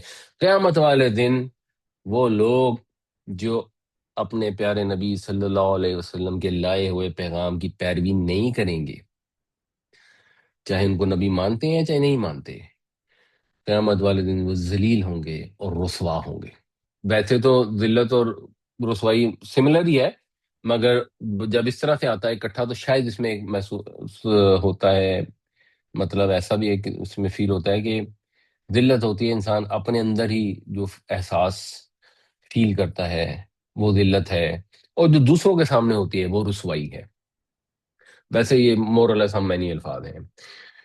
تو یہ جو عذر تھا نا، اس کو ختم کرنے کے لیے اللہ تعالیٰ موقع دیتا ہے. جب اللہ تعالیٰ ظالم کی رسی دراز کرتا ہے، جب اللہ تعالیٰ باطل کو پنپنے کا موقع دیتا ہے، تو اس میں ایک حکمت یہ ہوتی ہے جو ہم نے پیچھے ڈسکس کی، کہ ان کو موقع دیا جاتا ہے شاید اپنی اصلاح کر لیں. اور ایک حکمت یہ ہوتی ہے کہ پھر حجت بھی تمام ہو جائے، اچھی طرح ثابت ہو جائے کہ یہ لوگ اسی عذاب کے مستحق ہیں. وَلَوْ أَنَّا أَهْلَكْنَاهُمْ بِعَذَابٍ مِّن قَبْلِهِ لَقَالُوا رَبَّنَا لَوْلَا أَرْسَلْتَ إِلَيْنَا رَسُولًا فَنَتَّبِعَ آيَاتِكَ مِن قَبْلِ أَن نَّذِلَّ وَنَخْزَىٰ، اور اگر ہم ہلاک کر دیتے ان کو اس سے پہلے ہی کسی عذاب سے، تو یہ کہتے کہ اے ہمارے رب، کیوں نہیں بھیجا تو نے ہماری طرف کوئی رسول کہ ہم تیری آیتوں کی پیروی کرتے ذلیل اور رسوا ہونے سے پہلے. قل، کہہ دیجئے، کل متربص، ربا یربص کا مطلب ہوتا ہے کسی موقع کی طاق میں رہنا، اور پھر باب تفاعل ہو جاتا ہے اس سے انتظار کرنا. تو کہہ دیجئے کہ ہر ایک منتظر ہے. متربص یہ اسم الفاعل ہے. فتربصوا، تم بھی انتظار کرو. یعنی ہم سب بھی انتظار کر رہے ہیں، ہر کوئی انتظار کر رہا ہے، اب تم بھی انتظار کرو. اب بالکل ایک ایسے جیسے منہ دوسری طرف کر کے بات کی جا رہی ہے کہ بہت تمہیں عذاب کا شوق ہے، بس ٹھیک ہے اب انتظار کرو. فَسَتَعْلَمُونَ، پھر تم جان لو گے، من اصحاب الصراطی، کون ہے سیدھے راستے والے، صراط السبی، کون ہے سیدھے راستے. سوا جو ہے اس کا مطلب ہوتا ہے مساوی، کا مطلب ہوتا ہے برابر ہونا. تو سبیون جو ہے یہ فعیل کے وزن پر ہے. اس کا مطلب ہو جاتا ہے کہ بالکل ہموار، بالکل سیدھا، ہر کمی زیادتی سے پاک، یعنی بالکل اسٹریٹ رستہ. وَمَنِ اهْتَدَىٰ، اور کس نے ہدایت اختیار کی. اب ہدایت اختیار کرنے میں جو مفہوم ہے، جیسے ہم کہتے ہیں نا اهْدِنَا الصِّرَاطَ الْمُسْتَقِيمَ، تو اس کا جو صحیح لفظ ہوتا ہے نا وہ ہوتا ہے گائیڈ کرنا، جو صحیح اس کا ترجمہ بنتا ہے. یعنی ہمیں سیدھا رستہ دکھا تو ٹھیک ہے، سیدھا رستہ دکھانے میں obviously یہ بھی مطلب ہوتا ہے کہ ہم نے کسی سے پوچھا جی راستہ دکھاتے، تو انہوں نے کہا جی یہ راستہ ہے، ادھر چلے جاؤ.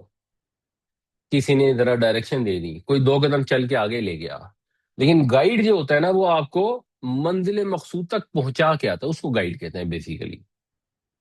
تو کس نے رہنمائی حاصل کی، اس سے مراد یہاں یہ بھی بن سکتا ہے کہ کون منزل پر پہنچا. اور اتنا بتا دیا کہ کس نے سیدھا رستہ اختیار کیا اور منزل پہ پہنچ گیا، بیسیکلی یہ بات ہو رہی ہے. اور وہ لوگ جنہوں نے گمراہی اختیار کی اور تباہی کے کھڈ میں گر گئے، وہ محذوف ہے، وہ انڈرسٹوڈ ہے. تو اس وجہ سے شاید یہ 2 دفعہ من استعمال ہوا. برا لفظی ترجمہ وہی ہے، قل کل متربص فتربصوا فستعلمون من اصحاب الصراط السوی ومن اهتدى. کہہ دیجئے کہ ہر ایک انتظار میں ہے، تم بھی انتظار کرو، پس تم جان لو گے ان قریب کہ کون ہیں سیدھے راستے والے اور کون ہیں منزل پر پہنچنے والے. اور انڈرسٹوڈ ہے، اور کون ہے جو غلط رستے پر، گمراہی کے رستے پر ہے، اور کون ہے جو تباہی کے کھڈ میں جا کر گرے. یہ اب ان کو فائنل وارننگ دی جا رہی ہے. یہاں پہ صورت ختم ہوتی ہے. اس کا ایک ہم کوشش کرتے ہیں کوئک سا ریکیپ کرنے کی. سورت کی جو ابتدا ہے وہ اس بات سے ہوتی ہے کہ اللہ تعالیٰ نے یہ قرآن اس لیے نازل نہیں کیا کہ نبی کریم صلی اللہ علیہ وسلم اس وقت مشقت میں پڑ جائیں کہ لوگ اسلام لا ہی نہیں رہے، قبول کاری ہی نہیں رہے، کیا ان کا کیا جائے، آپ اسی پریشانی میں گھلتے چلے جا رہے ہیں. یہ تو ایک نصیحت ہے، وہ لوگ جو ڈرنا چاہتے ہیں وہ ڈر جائیں گے. اور یہ کوئی معمولی کلام نہیں ہے، یہ زمین اور بلند آسمانوں کے پیدا کرنے والوں کی طرف سے بھیجا گیا ہے. اور وہ تمام دنیا کا انتظام سنبھالے ہوئے ہے، وہ کہیں سائیڈ میں نہیں بیٹھا ہوا. اسی کے لیے سب تعریفیں ہیں، اس کے سوا کوئی شریک نہیں ہے. وہ سنتا بھی ہے، سمجھتا بھی ہے، ہر چیز کو جانتا ہے. پھر آیت نمبر 9 سے حضرت موسیٰ علیہ السلام کی نبوت کی جو ابتدا ہوئی ہے اس کا واقعہ بیان کیا گیا ہے کہ وہ اپنے گھر والوں کے ساتھ جا رہے تھے، سردی تھی، ان کو آگ چاہیے تھی. تو انہوں نے کہا اچھا یہاں رکو، مجھے کوئی آگ دکھائی دی ہے، میں کوشش کرتا ہوں کوئی انگارہ لے کے آتا ہوں. جب وہاں پہنچے تو وہاں سے ان کو اللہ تعالیٰ نے پکارا اور ان کو آواز آئی، اے موسیٰ میں تیرا رب ہوں، تو اپنی جوتیاں اتار دے، تو اب ایک مقدس طوا کی وادی میں ہے اور میں نے تجھے چن لیا ہے، تو غور سے سن جو میں تیری طرف وحی کر رہا ہوں. اور اس وحی کے اندر پھر ان کو عبادت کا حکم دیا، نماز کا حکم دیا، قیامت کے متعلق بتایا، اور ان کو پھر معجزے عطا فرمائے. ان کو جو عصا تھا اس کو سانپ بنا دیا، اور جو ہاتھ تھا انہیں اللہ تعالیٰ نے حکم دیا کہ اپنے بغل میں اس کو ڈال کے زور سے نکالو، تو وہ چمکتا ہوا بن گیا. تو یہ 2 بڑی نشانیاں ان کو عطا فرمائی. انہوں نے کہا کہ اب جاؤ فرعون کے پاس، وہ بڑا سرکش ہو گیا ہے. حضرت موسیٰ علیہ السلام کو خوف ہوا کیونکہ فرعون بڑا ظالم تھا. تو ایک تو انہوں نے دعا کی کہ اللہ تعالیٰ میرے سینے کو کھول دے، میرے معاملے کو آسان کر دے، میری زبان کی گرہ کھول دے تاکہ لوگ میری بات سمجھ سکیں. اور ساتھ انہوں نے اللہ سے درخواست کی کہ میرے بھائی ہارون کو بھی میرا ساتھی بنا دے تاکہ وہ میری پشت پناہی کرے، میری کمر مضبوط کرے اور میرے کام میں میرا ساتھی ہو، اور پھر ہم خوب تیری تسبیح کریں، خوب تیرا چرچا کریں. تو اللہ تعالیٰ نے حضرت ہارون علیہ السلام کو نبی بنا کے حضرت موسیٰ کی یہ دعا قبول فرما لی.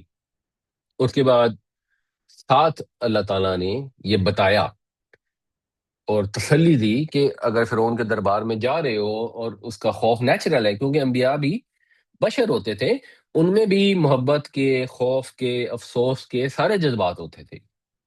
تو یہ چیز یاد رکھو کہ میں تمہارے ساتھ ہوں، ٹینشن کی ضرورت نہیں ہے. پہلے بھی تمہارے اوپر میں نے ایسے احسان کیا جب تمہاری ماں کی طرف وحی کی کہ ٹھیک ہے اس کو صندوق میں ڈال کر اور دریا میں بہا دو، اور پھر دریا میں بہاؤ گی تو وہاں پہنچا کنارے پہ جب وہ، تو دشمن نے اٹھایا اس کو، اور اس دشمن کے دل میں بھی اللہ تعالیٰ نے محبت ڈال دی، اور وہ جو سارے بنی اسرائیل کے لڑکوں کو قتل کروا رہا تھا اس نے اس معصوم بچے کو چھوڑ دیا اور پھر ماں سے بھی ملا دیا. وہ سارا واقعہ بیان ہوا. تو جب اس وقت جب حضرت موسیٰ علیہ السلام بالکل بے یار و مددگار تھے، گود کے بچے تھے، نوزائیدہ تھے، اس وقت اللہ تعالیٰ نے یہ سارے انتظامات فرما دیے. تو یہ تسلی دی جا رہی ہے کہ فکر کی ضرورت نہیں ہے، میں نے تمہیں اپنے لیے چنا ہوا ہے، جاؤ. اگلی آیتوں میں ذکر آ رہا ہے جاؤ تم بھی اور تمہارا بھائی بھی، اور بالکل تم نے اس سے نرمی سے بات کرنی ہے، مگر میرے پیغام کے اندر کمی کوتاہی نہیں کرنی، ڈھیلا نہیں پڑنا، ہاں بات اس سے اچھے طریقے سے پولائٹ طریقے سے کرنی ہے۔ انہوں نے کہا جی وہ ہم پر چڑھائی کر دے گا، ہمیں ڈر لگتا ہے۔ تو اللہ تعالیٰ نے فرمایا مت ڈرو، میں تمہارے ساتھ ہوں، میں سنتا بھی ہوں اور دیکھتا بھی ہوں۔ تو انہوں نے جا کے اس کو کہا کہ ہم آئے ہیں تیرے رب کی طرف سے، تو بنی اسرائیل کو ہمارے ساتھ بھیج دے اور ان کے ساتھ زیادتی نہ کر، ان کو سزائیں تکلیفیں نہ دے۔ اس نے جواب میں مذاق اڑانا شروع کر دیا اور الٹے الٹے سوال کرنے شروع کر دیے کہ کون ہے تمہارا رب؟ تو حضرت موسیٰ نے بتایا کہ وہ ہے میرا رب جس نے ہر چیز کو پیدا کیا ہے اور ہر چیز عطا فرمائی ہے۔ اچھا پھر وہ پچھلے والوں کا کیا ہوگا؟ ان کا جو سازشی سوال تھا اس کو حضرت موسیٰ علیہ السلام نے ٹال دیا کہ وہ تو میرے رب کے پاس ان کا علم ہے۔ اور اس کے بعد فرعون جو ہے اس نے بجائے بات کو سمجھنے کے، دلیل کو ایکسپٹ کرنے کے، اس نے نشانیوں کو دیکھا اور ان کو جھٹلایا اور نافرمانی کی، اور اس نے کہا اچھا تم تو اپنے جادو سے ہمیں یہاں سے نکالنا چاہتے ہو۔ اس کے بعد اس نے بھی سارے ملک سے جادوگروں کو اکٹھا کیا، اور ایک دن طے ہو گیا جس کے اندر حضرت موسیٰ کے ساتھ مقابلہ ہو رہا تھا، اور فرعون کا خیال تھا کہ یہ جادوگر آئیں گے اور یہ بھی ایسا ہی کوئی سانپ بنا دیں گے رسیوں سے ڈنڈوں سے، تو بس سب کو لگے گا کہ یہ موسیٰ علیہ السلام نے بھی ایسے ہی کوئی سوبدہ دکھایا تھا۔ وہاں اس کو الٹی پڑ گئی۔ وہ جادوگر جب اکٹھے ہوئے تو انہوں نے جو بھی اپنا کرتب دکھایا حضرت موسیٰ علیہ السلام کے سانپ نے اس سب کو ختم کر دیا اور اس کو نگل گیا۔ اور جادوگروں نے جب یہ دیکھا کہ یہ تو معجزہ ہے، یہ تو ہماری شوکدہ بازی ہے ہی نہیں، تو اسی وقت وہ سجدے میں گر گئے اور وہ ایمان لے آئے حضرت موسیٰ اور ہارون علیہ السلام کے رب کے اوپر۔ اب فرعون اور غصے سے آگ بگولا ہو گیا، اس نے کہا تم میری اجازت کے بغیر اس سے ایمان لے آئے ہو اور اس کی بات مان لی ہے تم نے۔ اور اس نے اب نیا شغلہ چھوڑا کہ ٹھیک ہے اس کا مطلب ہے تمہارا استاد ہے، گرو ہے، اسی نے تمہیں سکھایا ہے، تو بس ٹھیک ہے میں تمہیں ایسی سخت سزا دوں گا، تمہارے ہاتھ پاؤں مخالف سمتوں سے کٹوا دوں گا، تمہیں سولی پہ چڑھا دوں گا کھجور کے تنوں کے اندر، اور پھر تمہیں پتہ لگے گا کہ شدید ترین عذاب ہوتا کیا ہے۔ مگر ان کو بھی اللہ نے ایسی ہدایت دی کہ انہوں نے کہا کہ تو کیا کر لے گا، جو کرنا کر لے، تو تو دنیا کی زندگی ہی کچھ کر سکتا ہے نا۔ ہم تو اب اس پر ایمان لے آئے ہیں جو ہمیں پیدا کرنے والا ہے۔ جب ہمارے پاس روشن نشانیاں آ گئی ہیں تو اب ہم اس سے پھر نہیں سکتے، تو جو کرنا کر لے۔ ہم اپنے رب پر ایمان لائے ہیں اس لیے کہ وہ ہماری خطاؤں کو، اور جو تو نے پہلے میں جادو کرنے پہ مجبور کیا تھا، اس سے معاف کر دے، اور تیرا عذاب کیا شدید اور زیادہ دیر پا ہوگا، ہمارا رب جو ہے وہ سب سے بہتر ہے، اس کی نعمتیں وہ ہمیشہ باقی رہنے والا ہے۔ اور اس کے بعد اس امید پہ کہ اللہ تعالیٰ ان کو جنت کی نعمت عطا فرمائے گا، انہوں نے وہ سب جو اس کے ظلم تھے وہ برداشت کر لیے۔ اس کے بعد ایونچولی وہ سٹیج آ گئی جب حضرت موسیٰ علیہ السلام کو اللہ تعالیٰ نے وحی کی کہ میرے بندوں کو لے کر نکل جا۔ فرعون اس کے پیچھے چل پڑا، تو حضرت موسیٰ کو اللہ نے کہا کہ دریا کے اندر عصا مارو، اور بالکل ڈرنے کی ضرورت نہیں ہے۔ اور جب انہوں نے وہاں پر عصا مارا تو وہاں پر ایک رسہ نکل آیا جس میں سے وہ گزر گئے، اور جو فرعون تھا وہ اپنے جو لشکر ہیں ان کے سمیت غرق ہو گیا۔ اتنا بڑا معجزہ دیکھا بنی اسرائیل نے کہ اتنا ظالم بادشاہ غرق ہو گیا ہے، وہ سمندر میں گزر کے آ گئے ہیں، اور ایسے گزر کے آئے ہیں کہ چلتا دریا دو حصوں میں تقسیم ہو گیا اور پانی کے ٹیلے بن گئے، اور بیچ میں جو رستہ ہے وہ گیلا بھی نہیں، وہ سوکھا رستہ نکل آیا، اور انہوں نے سارا پار کر لیا، اور ان کا دشمن غرق ہو گیا، غرق ہی ہو گئے جیسے غرق ہوا جاتا ہے۔ تو اب حضرت موسیٰ علیہ السلام تو رات لینے کے لیے ذرا جلدی چلے گئے، اللہ تعالیٰ نے کہا تھا کہ آنا، تو حضرت موسیٰ شوق میں جلدی چلے گئے، اور وہ اسٹوپڈ قوم والے جو تھے انہوں نے پیچھے سے سامری کی باتیں مان لی، اور سامری نے انہیں زیورات سے سونے کا ایک بچڑا بنا دیا، اور وہ اس کی پوجا کرنی شروع ہو گئی کہ یہی ہمارا رب ہے، ہمیں اپنے سامنے ایک وجود چاہیے جس کی ہم نے پوجا کرنی ہے۔ تو یہ جو عجلت حضرت موسیٰ علیہ السلام نے دکھائی اس کا یہ نتیجہ ہوا، اور اللہ تعالیٰ نے ان کو بتا دیا کہ پیچھے سے تمہاری قوم جو ہے اس کو ہم نے آزمائش میں ڈال دیا ہے۔ تو پھر موسیٰ علیہ السلام غصے میں واپس آئے، اور انہوں نے آ کر حضرت ہارون علیہ السلام پر بھی غصہ کیا، اپنی قوم پر بھی غصہ کیا، اور سامری سے بھی پوچھا کہ تو نے کیا حرکت کی ہے.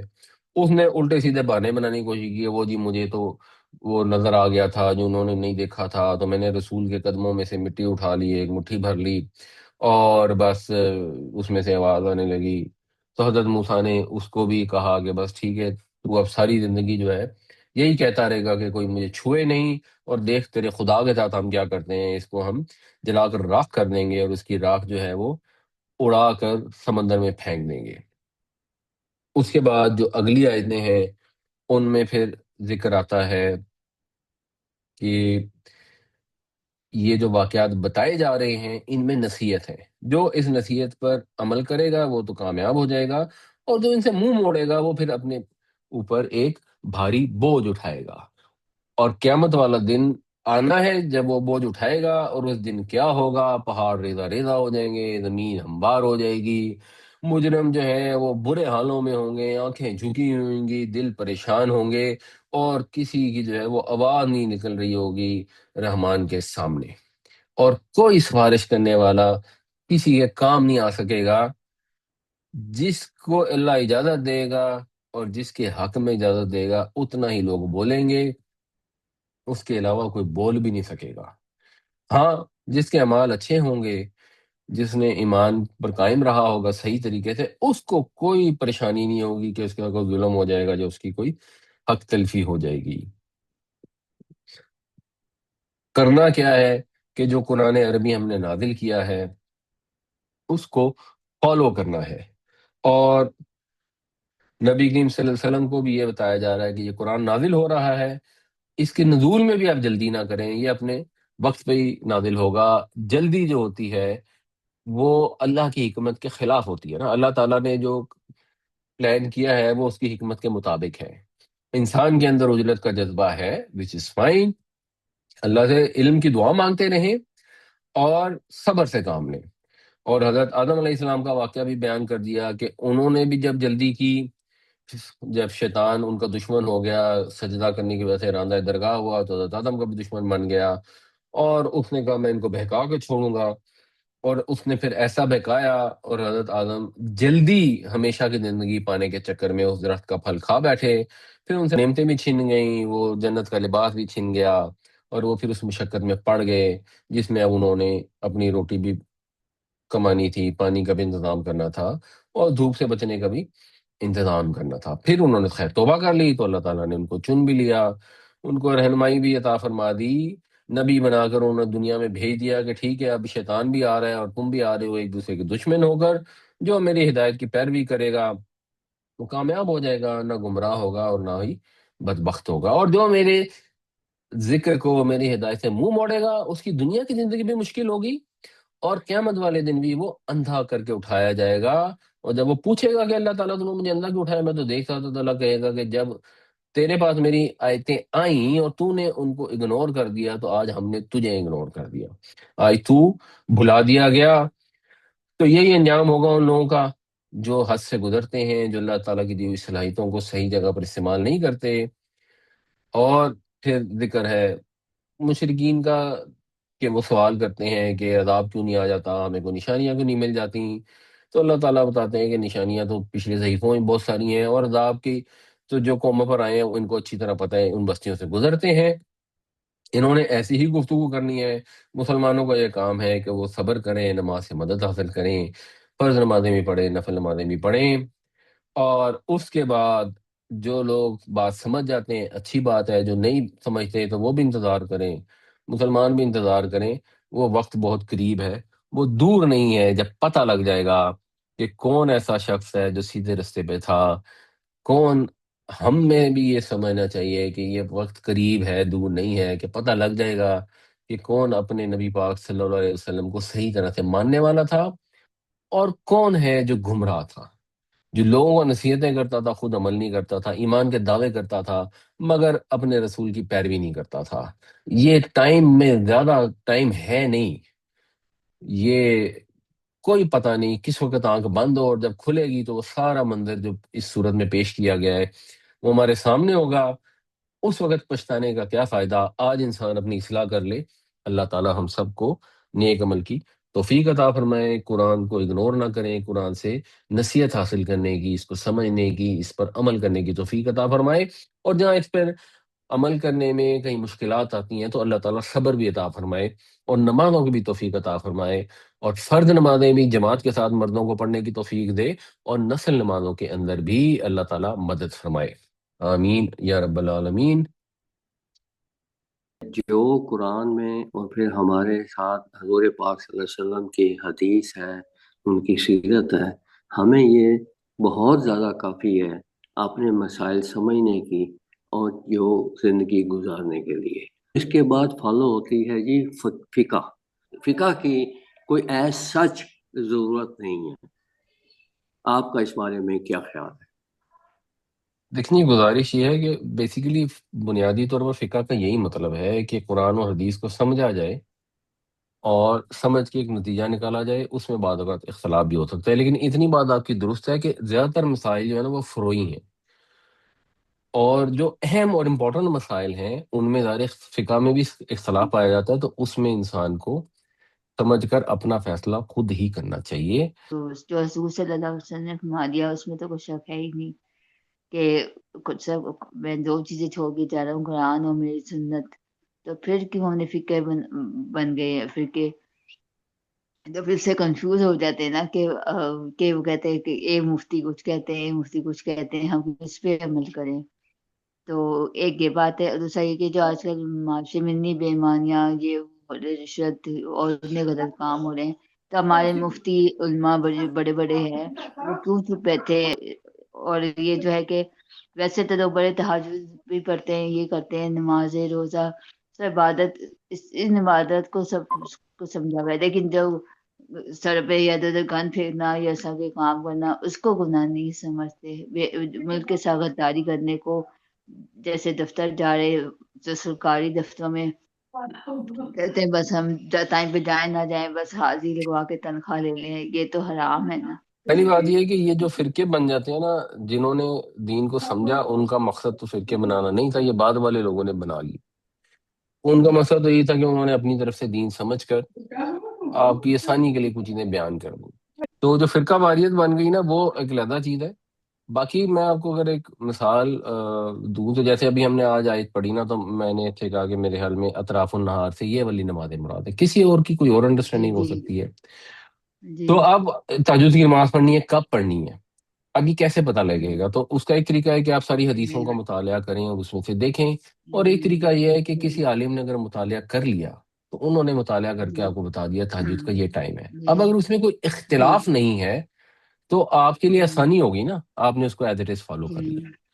جہاں اختلاف آئے اور جہاں پہ معاملہ اہم ہو، کریٹیکل کو پوائنٹ ہو، وہاں پہ آپ کے لیے ضروری ہے کہ آپ خود اس کو غور کریں۔ جیسے بعض اوقات کسی کا کوئی سود کا مسئلہ ہے، زکوٰۃ کی کیلکولیشن ہے، کسی نے کہا جی کہ جی اس پہ زکوٰۃ ہے ہی نہیں مشینری کے اوپر، تو اب آپ نے اربوں روپے کی مشینیں لگا لی، تو اب انسان کو سوال پیدا ہوتا ہے کہ اچھا اربوں کی مشینیں زکوٰۃ ہی کوئی نہیں، مفت ہے، کیوں جی کو فتویٰ ملا ہوا ہے؟ تو نہیں، وہاں پہ آپ نے اپنے دماغ کو بھی استعمال کرنا ہے۔ لیکن اگر کسی نے کہا کہ آپ نے اگر فجر کی نماز پڑھی ہے اور اس سے پہلے دو سنتیں پڑھنی ہیں، تو اس پہ اگر کوئی اختلاف نہیں ہے تو بس ٹھیک ہے۔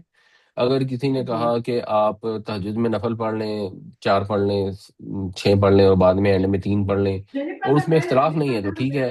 اگر اختلاف بھی ہے تو ان اینی کیس وہ نفل ہی نماز ہے، تو اتنی کریٹیکل نہیں ہے کہ آپ نے ان کو فالو کر لیا یا ان کو فالو کر لیا۔ تو جو اہم معاملات ہیں اس میں آپ نے اپنا دماغ ضرور استعمال کرنا ہے۔ باقی ایک روٹین کے معاملات ہوتے ہیں، اس میں فقہ سے یہ فائدہ ہوتا ہے کہ آپ کے لیے آسانی ہو گئی، انہوں نے حدیثوں کا مطالعہ کر کے، قرآن کا مطالعہ کر کے چیزوں کو تھوڑا سا سمپلیفائی کر دیا، تو وہ ان کی نیت اس لحاظ سے نیک ہے اور ہمارے لیے فائدہ بھی ہے۔ باقی جو آج کل کے علماء ہیں وہ نہیں یعنی منکر نہیں کرتے، یہ ہمیشہ ہی مشکل ہوتا ہے لوگوں کو غلط کام سے منع کرنا۔ اور دیکھیں علماء کرتے ہیں یا نہیں کرتے، وہ تو انہوں نے اپنا جواب دینا ہے۔ ہمارے یہاں پرابلم یہ ہوتی ہے کہ ہم زیادہ فوکس یہ کرتے ہیں کہ فلانے نے یہ نہیں کیا، فلانے نے وہ نہیں کیا۔ ہمیں یہ دیکھنا چاہیے کہ جو ہمارا ڈومین ہے، جو ہمارا ایریا آف ایکشن ہے، ہم اس کے اندر لوگوں کو کیا برے کاموں سے منع کرتے ہیں۔ لوگ تو اپنی اولاد کو نہیں منع کرتے، بچے نماز نہیں پڑھتے، لوگ کہتے ہیں اچھا جی بچے بڑے ہو گئے نماز نہیں پڑھتے، ہم کیا کریں؟ بھائی نماز نہیں پڑھتے ان کی روٹی بند کر دیں، ان سے بات کرنی بند کر دیں، ورنہ ماں باپ نے میں کوئی کام کرانا ہو تو اولاد کی ضرورت ہوتی ہے، اللہ اس کی کوئی بہت ہی نافرمان ہو، کوئی اولاد کی ضرورت ہوتی ہے کہ ان کو نہ کر سکے، تو وہ علماء نہیں کرتے، ان کو بھی اللہ تعالیٰ یہ ہدایت دے اور ہمت دے اور موقع دے۔ بعض اوقات حکمت کے تحت بھی آدمی ہر وقت نہیں کسی کو لٹ لے کے پیچھے پڑا ہوتا، حکمت کے تحت مناسب وقت پر منع کرنا ہوتا ہے، ہمیں بھی ایسے ہی لوگوں کو منع کرنا چاہیے مناسب طریقے سے، لیکن فوکس اس پہ کریں کہ ہم کیا کرتے ہیں اور نہیں کرتے۔ اسی طرح اگر کوئی سرکاری دفتر میں جاتا ہے، پوری تنخواہ لیتا ہے اور وقت ضائع کر دیتا ہے اور وہ بالکل غلط کرتا ہے اور اپنے پیٹ میں ایک لحاظ سے آگ ڈالتا ہے، وہ پھر اس کی آمدنی صحیح نہیں رہتی، وہ بھی اس میں شامل ہے، برے کاموں میں شامل ہے، اور سب نعمتوں کا سوال ہوگا، اور جو لوگوں دوسری کے بات یہ حقوق کہ ہیں ان لوگ کا اس بھی کو سوال سمجھ ہوگا۔ ہی نہیں رہے، آج کل چوری اور سینہ زوری اتنی ہو گئی ہے، غلط کو غلط سمجھ ہی نہیں رہے۔ یہ ہمیشہ ایسے ہی ہوتا تھا، آدمی کو جب عادت ہو جاتی ہے نا غلط کام کرنے کی، شروع میں کیا ہوتا ہے، آپ ایک بچے کو بھی بولیں گے نا، ایک بچے نے غلط کام کیا، آپ نے اس کو سمجھایا، اس کو سمجھ آ گئی، نے کہا ہاں جی آپ صحیح کہہ رہے ہیں میں نے غلط کیا، اچھا اب اس کا دل چاہ رہا ہے میں نے کل دوبارہ، مثال کرو نے بچوں کا تم نے گیمیں نہیں کھیلنی، پڑھائی کرنی ہے، انہوں نے سارا دن گیمیں کھیلنے میں ضائع کر دیا، اگلے دن آپ اس کو پھر کہیں گے نا، وہ پھر کہ ہاں جی آپ نے غلط کیا ہے، جب مہینہ دو مہینے گزر جائیں گے نا تو بس اب وہ سمجھے گا ہی نہیں، وہ کہ نہیں اتنی تو ضروری ہوتی ہیں، اور جب اور بڑا ہو جائے گا اور وقت ضائع کر رہا ہوگا تو وہ انسان جو بھی غلط کام کر رہا ہوتا ہے نا وہ پکا ہو جاتا ہے۔ اصل ایشو یہ ہے، ہمیں اصل یہ دیکھنا چاہیے آئینے کے سامنے کھڑے ہو کے کہ ہم کون سے غلط کام کر رہے ہیں جو ہمیں محسوس نہیں ہو رہے، اور جب ہمیں کوئی توجہ دلاتی ہے کہ بھائی تم ہمیں تو نصیحتیں کرتے ہو، تمہارے اندر یہ خامی ہے، تو ہمیں اس وقت آگ لگ جاتی ہے کہ ہمیں یہ کیوں کہہ رہا ہے، تو زیادہ توجہ ادھر کرنی چاہیے، پلس لوگوں کو نصیحت بھی کرنی چاہیے، اور اچھے کام کا مشورہ حکم بھی دینا چاہیے، اور برے کام سے روکنا بھی چاہیے۔ آپ اتنی محنت سے پڑھا رہے ہیں، اثر ہو رہا ہے، جتنے ہمارے پارٹیسپینٹس ہیں یہ اپنے فیملی ممبرس کو کلاس میں کیوں نہیں لاتے؟ یہ اپنے واٹس ایپ گروپس میں لوگوں کو کیوں نہیں انوائٹ کرتے اور ایک کلاس میں لائیں؟ میں نے آپ سے بہت کچھ سیکھا، میں نے نہیں چھوڑا اپنے سرکل میں کسی کو جس سے کرنے میں لانے کی کوشش نہیں کرتا، کچھ آ جائے کچھ پائپ لائن انشاءاللہ، تو سب سے ریکویسٹ کریں کہ اور لوگوں کو کلاس میں لائیں۔ اوور جزاک ٹو اللہ یو جی، sir, thank you. Farooq sahab بڑی ایفرٹ کرتے ہیں، اور باقی لوگوں کو بھی وہ ریکویسٹ کر رہے ہیں، باقیوں سے بھی درخواست ہے کہ اگر ان کو کوئی بات سمجھ آتی ہے، ان کو لگتا ہے صحیح ہے، تو ضرور دوسروں تک بھی پہنچائیں۔ سر یہ آیت نمبر 12 اس سورہ طہ کی، انی انا ربک فاخلعنا علیک انک بالواد المقدس طویٰ، اس میں ہوں اللہ تعالیٰ کا فرمان ہے کہ آپ وادی طویٰ میں ہے، اب جوتے اتارنے ہیں وادی مقدس میں ہے نا جی، جوتے ہوں اتارنے کا کیوں فرمایا گیا؟ اتنی ڈیٹیل موجود ہے کہ اگر کوئی خدا نخواستہ کوئی چیز لگی بھی ہو تو زمین خود اس کو صاف کر دیتی ہے، اور وہ تحاشا احادیث بھی ہیں نا جی، تو اس میں تھوڑی سی وضاحت چاہیے تھی۔ اسی سے لیتے ہوئے کچھ لوگ جیسے نماز جنازہ میں تو خاص طور پر وہ لوگ ہوتی تو وہ بھی نماز ہی ہے، کہتے ہیں جی آپ ہمیشہ جوتا پہن کے پڑھیں، اور مسجد چونکہ زیادہ صاف ہوتی ہیں، بلکہ ورنہ تو مسجدوں میں پڑھی جا سکتی ہے اگر وہ جوتا صاف ہوتا نا، تو یہ اس کی تھوڑی وضاحت فرما دیں گے پلیز؟ دیکھنے گزارش یہ ہے کہ ایک درمیان کا رستہ ہے، بنیادی طور پر ایک ادب ہے جو ریکوائرڈ ہے، تو اللہ کے حضور جا رہے تھے، اللہ سے کلام کرنا تھا، وہ مقدس مقام تھا، تو ہاں اللہ تعالیٰ نے یہ حکم دیا کہ اپنے جوتے اتار دو، یہ ایک ادب کا طریقہ ہے، اور ان جنرل ہم بھی یہی کرتے ہیں، جنرلی ہم مسجدوں میں جب جاتے ہیں تو جوتے اتار دیتے ہیں، لیکن درمیان کا رستہ یہ ہے کہ اگر کوئی ایسی سچویشن ہے، جیسے مثال کے طور پہ مسجد نبوی کے جو شروع کے دن تھے تو اس میں جوتے نہیں اتارتے تھے کیونکہ وہاں کنکریاں تھیں، پیروں میں چبھتی تھیں، تو لوگ جوتے پہن کر ہی نماز پڑھتے تھے۔ اسی طرح ہم اگر کہیں جنازے کی نماز کے لیے کسی باغ وغیرہ میں گئے ہیں اور وہاں بعض اوقات زمین پہ مٹی بھی ہوتی ہے، گیلا بھی ہوتا ہے، اور ہم نے جوتے پہنے ہوئے تو اس میں کوئی مسئلہ نہیں ہے، جوتے پہنے پہنے نماز پڑھ سکتے ہیں۔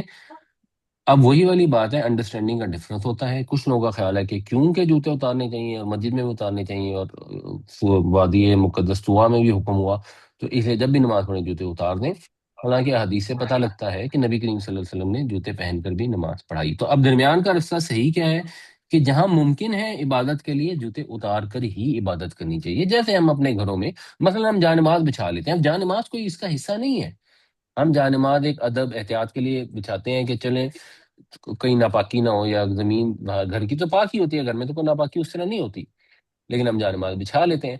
اب آپ اس سے جب تجاوز کرتے ہیں، تجاوز کیا ہوتا ہے کہ آپ نے جا نماز بچھائی ہے، پھر کہتے ہیں نماز خالی ہے تو اس کی کونا موڑ دو، یہ پھر نیری بدعتیں اس کے اندر شروع ہو جاتی ہیں۔ تو حد سے نہیں گزرنا چاہیے، درمیان میں جہاں آسانی سے جوتے اتار سکتے ہیں وہاں اتار کے نماز پڑھیں، جہاں آسانی نہیں ہے وہاں اپنے اوپر تشدد نہ کریں۔ نبی پاک صلی اللہ علیہ وسلم کے زمانہ میں صحابہ کرام اہل زبان تھے، سارے ہی اہل زبان تھے اور عربی کو مطلب سمجھتے تھے، قرآن عربی میں نازل ہوا ہے۔ اس کے باوجود بھی نبی پاک صلی اللہ علیہ وسلم نے خود حضرت جبرائیل علیہ السلام سے سمجھ کے قرآن پاک کو پڑھا، اور پھر صحابہ کرام نے بھی ہمیشہ ان کو تعلیم لی نبی پاک صلی اللہ علیہ وسلم سے قرآن کی نا جی۔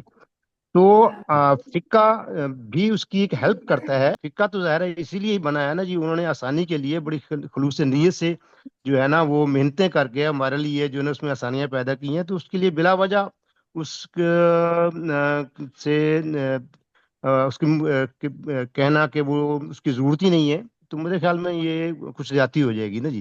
گزارش یہ اس میں بھی درمیان کا رستہ ہے نا، فقہ نیک نیتی سے بنائی گئی ہے، اس کو نیک نیتی سے فالو کرنا چاہیے۔ ہوتا یہ ہے کہ اس میں بھی ایک ایکسٹریم ہو گئی، لوگوں نے پہلی بات یہ کی کہ فلانے فرقے کو فالو کر رہے ہیں، اگر مثلا آپ حنفی ہیں تو آپ نے کسی اور دوسرے فقہ کی بات ہی نہیں ماننی۔ حالانکہ پہلی تو بات ہے یہ فقہ آج کل چار ہیں نا، جب لوگوں نے دین پر غور کرنا شروع کیا تو وہ ایک امام تھوڑی تھے جنہوں نے غور کیا، سینکڑوں تھے، چار وہ تھے جو زیادہ مشہور ہو گئے اور ریٹین ہو گئے، ورنہ تو مختلف کی مختلف رائے ہو سکتے۔ ایک ایکسٹریم یہ آئی کہ لوگوں نے کہا اگر آپ نے ایک فقہ کو فالو کرا، آپ نے دوسرے کا ایک مسئلہ بھی نہیں لینا، یا آپ اس فقہ کو فالو کریں یا اس فقہ کو فالو کریں، تو یہ تو انہوں نے جو فقہ کو رسول کا درجہ دے دیا کہ اس رسول کی بات ماننی ہے تو پھر ہر بات ہی ماننی ہے۔ وہاں یہ ایکسٹریم کریٹ ہوگی تو پھر اس کے ریئیکشن میں بھی بعض اوقات ایکسٹریم کریٹ ہو جاتی ہے کہ فقہ کی ضرورت ہی نہیں ہے۔ تو فقہ نیک نیتی سے کی، اس کو بالکل اپریشیٹ کرنا چاہیے، لیکن جہاں پہ لگے کہ اس کے اندر چیز درست نہیں ہے اس سے اختلاف بھی کرنا چاہیے۔ دوسرا ایشو یہ ہے کہ جس کو ہم فقہ کہتے ہیں، آج کے دور میں اس فقہ کے اندر 50% سے زیادہ مسائل ایسے ہیں جو مثلا امام ابو حنیفہ امام شافعی کے زمانے میں موجود ہی نہیں تھے۔ تو آج 50% سے زیادہ مسائل میں غالباً وہ فقہ ایگزسٹ ہی نہیں کرتی۔ اب ان کے جو فالوور ہیں انہوں نے جو فقہ بنائی ہوئی ہیں، اب لوگ اس کو بھی اسی طرح ماننے کے اوپر زور دیتے ہیں کہ تقلید کرنی ضروری ہے۔ پرابلم وہاں پر آ جاتی ہے۔ میں نے یہ پوچھنا تھا کہ یہ جو حضرت موسیٰ علیہ السلام جب بنی اسرائیل کو لے کے گئے اور جی سمندر بھی پار کر لیا، تو پھر آپ اللہ تعالیٰ کے حضور حاضر ہوئے، اللہ جی تعالیٰ نے ان سے پوچھا کہ آپ نے کیوں جلدی کی؟ ہوں تو انہوں نے کہا میری قوم میرے پیچھے پیچھے آ رہی ہے، ہوں لیکن ایکچولی قوم تو پیچھے نہیں آئی، قوم تو کہیں رک گئی تھی۔ پیچھے پیچھے آ رہی کا مطلب یہ ہے کہ وہ بھی پیچھے آ جائیں گے، یہ نہیں کہ ہاں میرے لیکن وہ پیچھے ہی آئے تو میں نہیں، نہیں، وہ تو آثری ہے، آثری مطلب میرے نقش قدم پہ آ رہی۔ ہاں، یعنی میرے نقشے قدم پہ وہ بھی آ جائیں گے، مگر وہ پھر اس مسئلے میں پھنس گئے نا، تو ان کے آنے کی نوبت نہیں آئی۔ یعنی انہوں نے آنا ہی کوہ طور پہ آنا تھا، کوہ انہوں طور نے پہ نہیں آنا تھا آنا چند لوگوں نے، ان کی تھا۔ اچھا، قوم کے چند لوگوں نے جو سمجھ آتی ہے، ذرا ساری قوم تو آ نہیں سکتی تھی نا، 1 لاکھ سے اوپر لوگ جی تھے، چند جی لوگوں جی۔ نے کوہ طور پر آنا تھا۔ حضرت موسیٰ نے ہوں ان کو لے کے آنا تھا، حضرت موسیٰ نے کہا کہ میں اللہ سے جلدی جا کر ملاقات کر لوں، ان کا تو وقت بعد کا متعین تھا نا، فلاں وقت پہ آنا تھا جو بعد میں تھا، تو موسیٰ جلدی چلے گئے، جب جی جلدی چلے گئے تو اب یا تو ان کا ابھی قوم کا وقت ہی نہیں آیا تھا آنے کا وہ مقررہ، اور یا یہ ہے کہ وہ اگر وقت آ بھی گیا تھا تو اب وہ یہ بچنے کے معاملے میں پھنس گئے تھے، تو اب وہ آنے کی نوبت ہی نہیں تھی، اب وہاں رکنا ضروری تھا کہ جس حد تک ہو سکے فتنے کو بڑھنے سے روکیں۔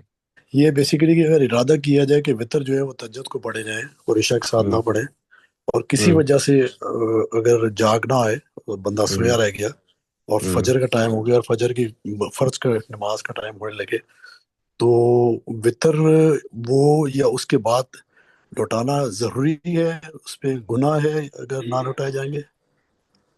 میں پھر وہی اپنی انڈرسٹینڈنگ بتا دوں، میری انڈرسٹینڈنگ میں تہجد اور وطر کی نماز جو ہے نفل ہے، تو نفل ٹھیک ہے، نماز یا نہ پڑھ سکیں تو اس میں گناہ نہیں ہے۔ جو ہم نے نمازیں مس کی ہوئی اپنی زندگی میں، قضائے عمری شاید کہتے ہیں، اس پہ تھوڑا کامنٹ کر دیں گے کہ اس میں ہم کچھ کر سکتے ہیں؟ ریپینٹ تو ہم کرتے ہیں، توبہ بھی کرتے ہیں، آگے پڑھتے بھی ہیں سب نمازیں نفلی فرض، لیکن جو مس ہو گئی ہیں اس کے لیے ہم کچھ کر سکتے ہیں؟ دیکھیں جی، اس کا جو میں اس سوال میں اگر عرض کروں تو یہ وہ سوال ہے جس کا جواب قرآن اور حدیث میں ایکچولی نہیں ملتا، اور اس لیے نہیں ملتا کہ نبی کریم صلی اللہ علیہ وسلم کے دور میں یہ ممکن ہی نہیں تھا کہ کوئی شخص نماز نہ پڑھے۔ اور جو منافق بھی ہوتے تھے وہ بھی آتے تھے اور نماز پڑھتے تھے. تو یہ چیز ہی نہیں تھی. یعنی جو اسلام قبول نہیں کیا وہ تو پچھلے گناہ تو سارے معاف ہو گئے. جیسے ہی اسلام قبول کیا اب نئی زندگی شروع ہو گئی. وہ پرانی نمازیں ایک تو لوٹاتے نہیں تھے کیونکہ وہ اب اسلام میں داخل ہوئے ہیں، اور اس کے بعد یہ ہوتا ہی نہیں تھا کہ کسی انسان نے نماز نہ پڑھی ہو. تو یہ سوال پیدا ہو کہ میں نے 2 ہفتے پہلے نماز چھوڑ دی تھی یا میں نے 10 سال نمازیں نہیں پڑھی اور اب پڑھنی شروع کی ہیں، تو کیونکہ یہ سوال ہی نہیں تھا تو ظاہر سی بات ہے حدیث میں اس کا جواب بھی نہیں ہوگا. جتنی چیز پتہ لگتی ہے وہ یہ ہے کہ روزوں کی قضا ہوتی ہے. آپ روزہ کسی وجہ سے نہ رکھ سکیں، سفر پہ ہوں، یا خواتین کسی وجہ سے روزہ نہیں رکھیں گی تو انہوں نے اس کو دوبارہ لوٹانا ہے. لیکن اگر خواتین نے مثلا نماز نہیں پڑھی تو وہ دوبارہ نہیں لوٹانی. تو اس سے یہ تو پتہ لگ گیا کہ نماز کی قضا نہیں ہوتی. اللہ کے نبی صلی اللہ علیہ وسلم نے فرمایا کہ ایسا نہیں ہو سکتا کہ مومن جو ہے وہ نماز نہ پڑھے سوائے اس کے کہ وہ بھول جائے یا سویا رہ جائے. تو جیسے ہی اس کو یاد آئے اور جیسے ہی آنکھ کی آنکھ کھلے فوراً پڑھ لے. تو وہ تو فوراً آپ پڑھ لیں گے اگلی نماز سے پہلے یا اگلی نماز کے پاس.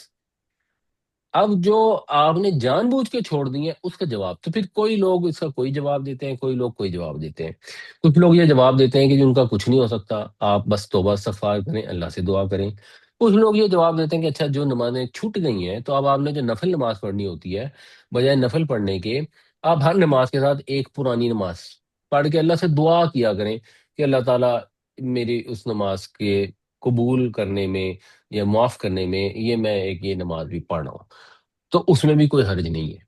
جیسے ہمیں پتا ہے کہ انسان جو عمل کرتا ہے وہی ہوتا ہے. اگر کسی نے حج نہیں کیا تو نہیں ہوا، لیکن لوگوں نے آ کے پوچھا کہ یا رسول اللہ میری والدہ یا والد کا انتقال ہوا ہے اور انہوں نے حج نہیں کیا، تو کیا میں ان کے بحاف پہ حج کر لوں؟ اور اس نے اپنا حج کر لیا ہوتا، اس نے نفلی حج کا سوال پوچھا ہوتا تو حضور نے کہا کر لو. اس کا یہ مطلب نہیں ہے کہ وہ حج ادا ہو گیا، مگر اس کا یہ مطلب بھی نہیں ہے کہ اس کو کوئی فائدہ نہیں ہے. تو اگر کوئی اس طرح بھی کرنا چاہے تو یہ بھی کوئی برا آئیڈیا نہیں ہے کہ جتنی نمازیں چھوٹی ہیں ایک اندازہ لگائیں اور ہر نماز کے ساتھ ایک پرانی نماز پڑھ لی کریں. تو اگر مثلا 10 سال کی چھٹی ہیں تو اگلے 10 سالوں میں ہو سکتا ہے وہ آپ پڑھ لیں، وہ ادا نہیں ہو جائیں گی لیکن امید ہوگی کہ اللہ تعالیٰ شاید ان کی وجہ سے بھی معافی دینے میں آپ کو سہولت ہو جائے، اللہ تعالیٰ خوش ہو جائے اور معاف کر دے کہ چلو اس نے یہ ایک ایفرٹ کی ہے. یہ کوئی حتمی جواب نہیں ہے، یہ قرآن سنت کا جواب نہیں ہے کیونکہ قرآن سنت میں مسئلہ پایا ہی نہیں جاتا. سورہ زمر میں جیسے کہ آیت نمبر 53 میں آتا ہے کل یا عبادی الذین اسرفوا علی انفسہم لا تقنطوا من رحمۃ اللہ ان اللہ یغفر الذنوب جميعا انہ هو الغفور الرحیم. تو مطلب جی اللہ تعالیٰ نے تو جب اتنی آسانی دی ہے کہ مطلب ایک بندہ جو ہے نا جتنے بھی گناہ کر لے، جس دن بھی سچی توبہ کر لے، اس کے سارے گناہ پچھلے معاف کر دیا جائے گا. اس طرح سے یا اگر کوئی پہلے کافر ہے، بہت ساری زندگی وہ کافر رہا، گناہ کرتا رہا، پتہ نہیں کیا کچھ، لیکن جب وہ دین کی طرف لوٹا اللہ تعالیٰ سب کچھ کا معاف کر دیا نا جی. تو ایک مومن بندہ اگر اس سے کوتاہیاں ہوئی ہیں اور اس سے نمازیں رہ گئی ہیں اور اس کے بعد وہ سچی توبہ کر کے اس نے ریگولر ہو گیا ہوا ہے، تو پھر ہم کیوں مطلب یہی والی آیت اس پہ کیوں نہیں اپلائی کرتے؟ دیکھیں یہ آیت کو صحیح سے سمجھنا چاہیے. یہ آیت یہ نہیں کہہ رہی کہ جو بھی توبہ جب بھی کر لے گا وہ قبول ہو جائے گی. یہ چیز کو سمجھنا ضروری ہے. قرآن شریف میں ایکچولی یہ آتا ہے کہ وہ لوگ جو جہالت کی وجہ سے کوئی گناہ کر بیٹھتے ہیں جذبات سے مغلوب ہو کر اور اس کے بعد قریب کے وقت میں اس سے توبہ کر لیتے ہیں تو اللہ تعالیٰ کے ذمے ہے کہ وہ ان کی توبہ قبول کر لے گا. انما التوبۃ علی اللہ للذین یعملون السوء بجہالۃ ثم یتوبون من قریب فاولئک یتوب اللہ علیہم. توبہ تو اللہ کے ذمے ہے ان لوگوں کی جو جذبات سے مغلوب ہو کر برائی کر دیتے ہیں پھر قریب کے وقت میں توبہ کر لیتے ہیں. تو یہ چیز ایک تو سمجھنی چاہیے. وہاں جو ذکر ہو رہا ہے کہ لا تقنطوا من رحمت اللہ، وہ یہی ہے کہ اللہ کی رحمت سے مایوس نہیں ہونا. اللہ تعالیٰ سب گناہوں کو معاف کر سکتا ہے، یہ نہیں ہے کہ ضرور ہی کر دے گا. وہاں تسلی دی جا رہی ہے. تو مفہوم یہ بنا کہ انسان نے اگر غلط کام کیا تو فوراً توبہ کر لی، پھر تو پکی بات ہے خلوص نیت سے توبہ اللہ تعالیٰ قبول فرما لے گا. اگر بعد میں کی تب بھی امید ہے اللہ قبول کر لے گا لیکن پکی نہیں ہے. تو جب پرانے گناہوں کی توبہ کر رہے ہیں تو وہ کنٹینیوسلی جاری رکھیں اور اللہ سے دعا کرتے رہیں. امید یہی ہے انشاءاللہ اللہ تعالیٰ. اور ان اللہ یغفر الذنوب جميعا مطلب ہے کہ اللہ تعالیٰ سب گناہوں کو معاف کر سکتا ہے. اللہ تعالیٰ ہمیں قرآن پڑھنے چلیے معاف سمجھ کر دیں. عمل کرنے کی توفیق عطا فرمائے. آمین اچھا یا والا رب العالمین.